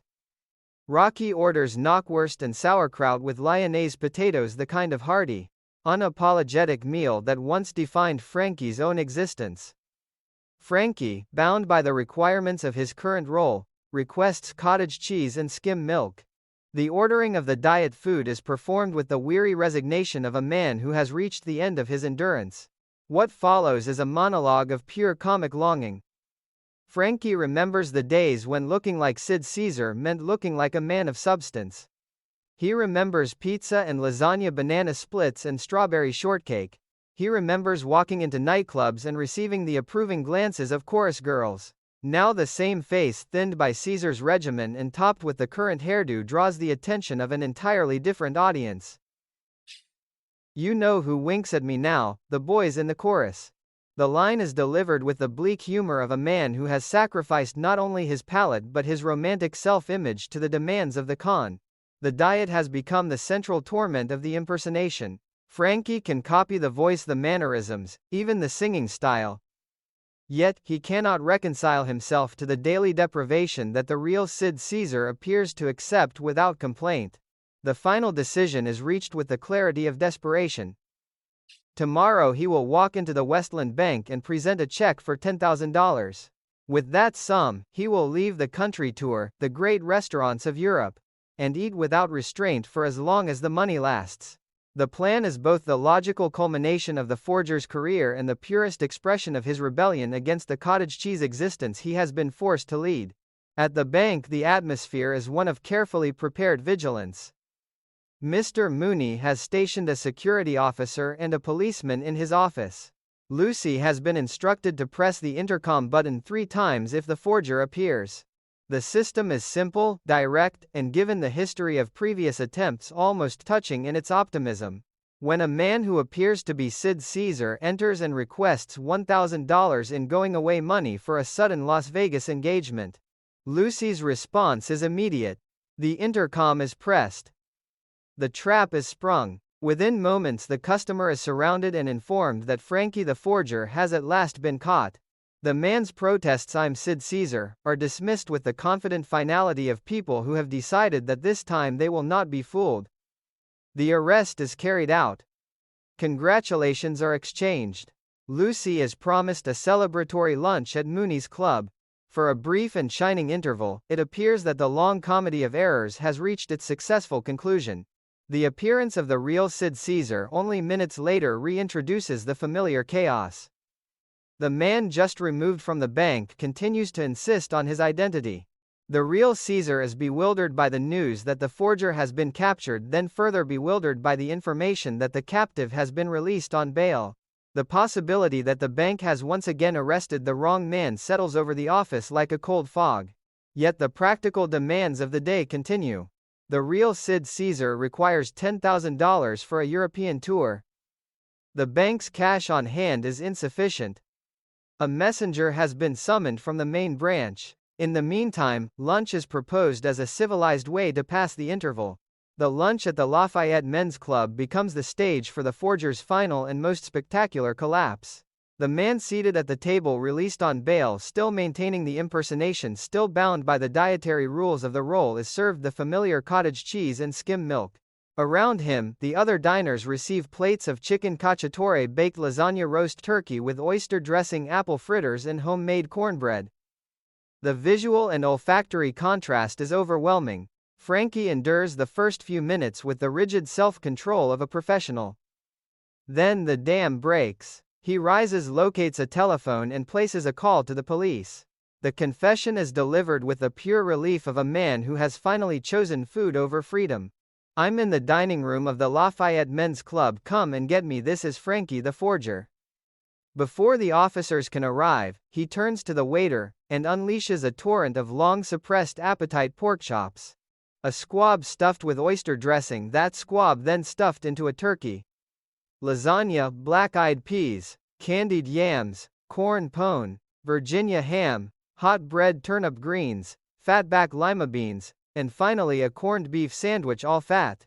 The catalog is both a comic aria and a cultural document, a loving inventory of the hearty, unapologetic American cooking that the diet had denied him. The police arrive with the efficiency of men who have been cruising the neighborhood. Frankie is led away, still talking, still ordering, still trying to extract one last moment of culinary satisfaction from the wreckage of his career. The real Sid Caesar, informed of the events, can only observe that the forger's greatest weakness was not greed or carelessness but the simple human inability to live indefinitely on cottage cheese. Lucy and Mooney are left to contemplate the strange justice of the outcome. They have, after a fashion, succeeded. The forger is in custody.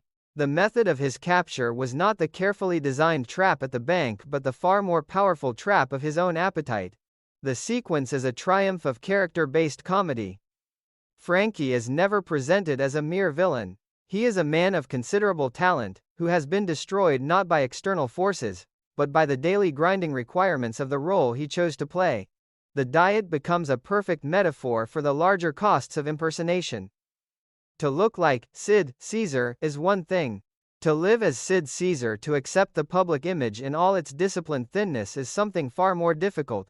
Lucille Ball's Lucy remains the energetic center of the institutional response, her earlier failures now redeemed by the accidental success of the lunchtime collapse. Gail Gordon's Mooney absorbs the final twist with the exhausted gratitude of a man who has survived one more crisis he did not create. The real Sid Caesar is allowed the quiet satisfaction of seeing his troublesome double removed from circulation, even if the method of removal was more gastronomic than forensic. Culturally, the episode taps into the growing American fascination with diet and self-presentation that marked the late 1960s. Celebrity thinness was becoming a public virtue, and the comic possibility that an imposter might be undone by the very regimen that sustained the real celebrity's image is both timely and timeless. The long list of forbidden foods functions as a celebration of abundance in an era that was beginning to celebrate restraint. By allowing Frankie to reclaim his appetite in the most public and self-incriminating way possible, the series affirms a deeply human truth: there are limits to performance and some hungers cannot be permanently denied.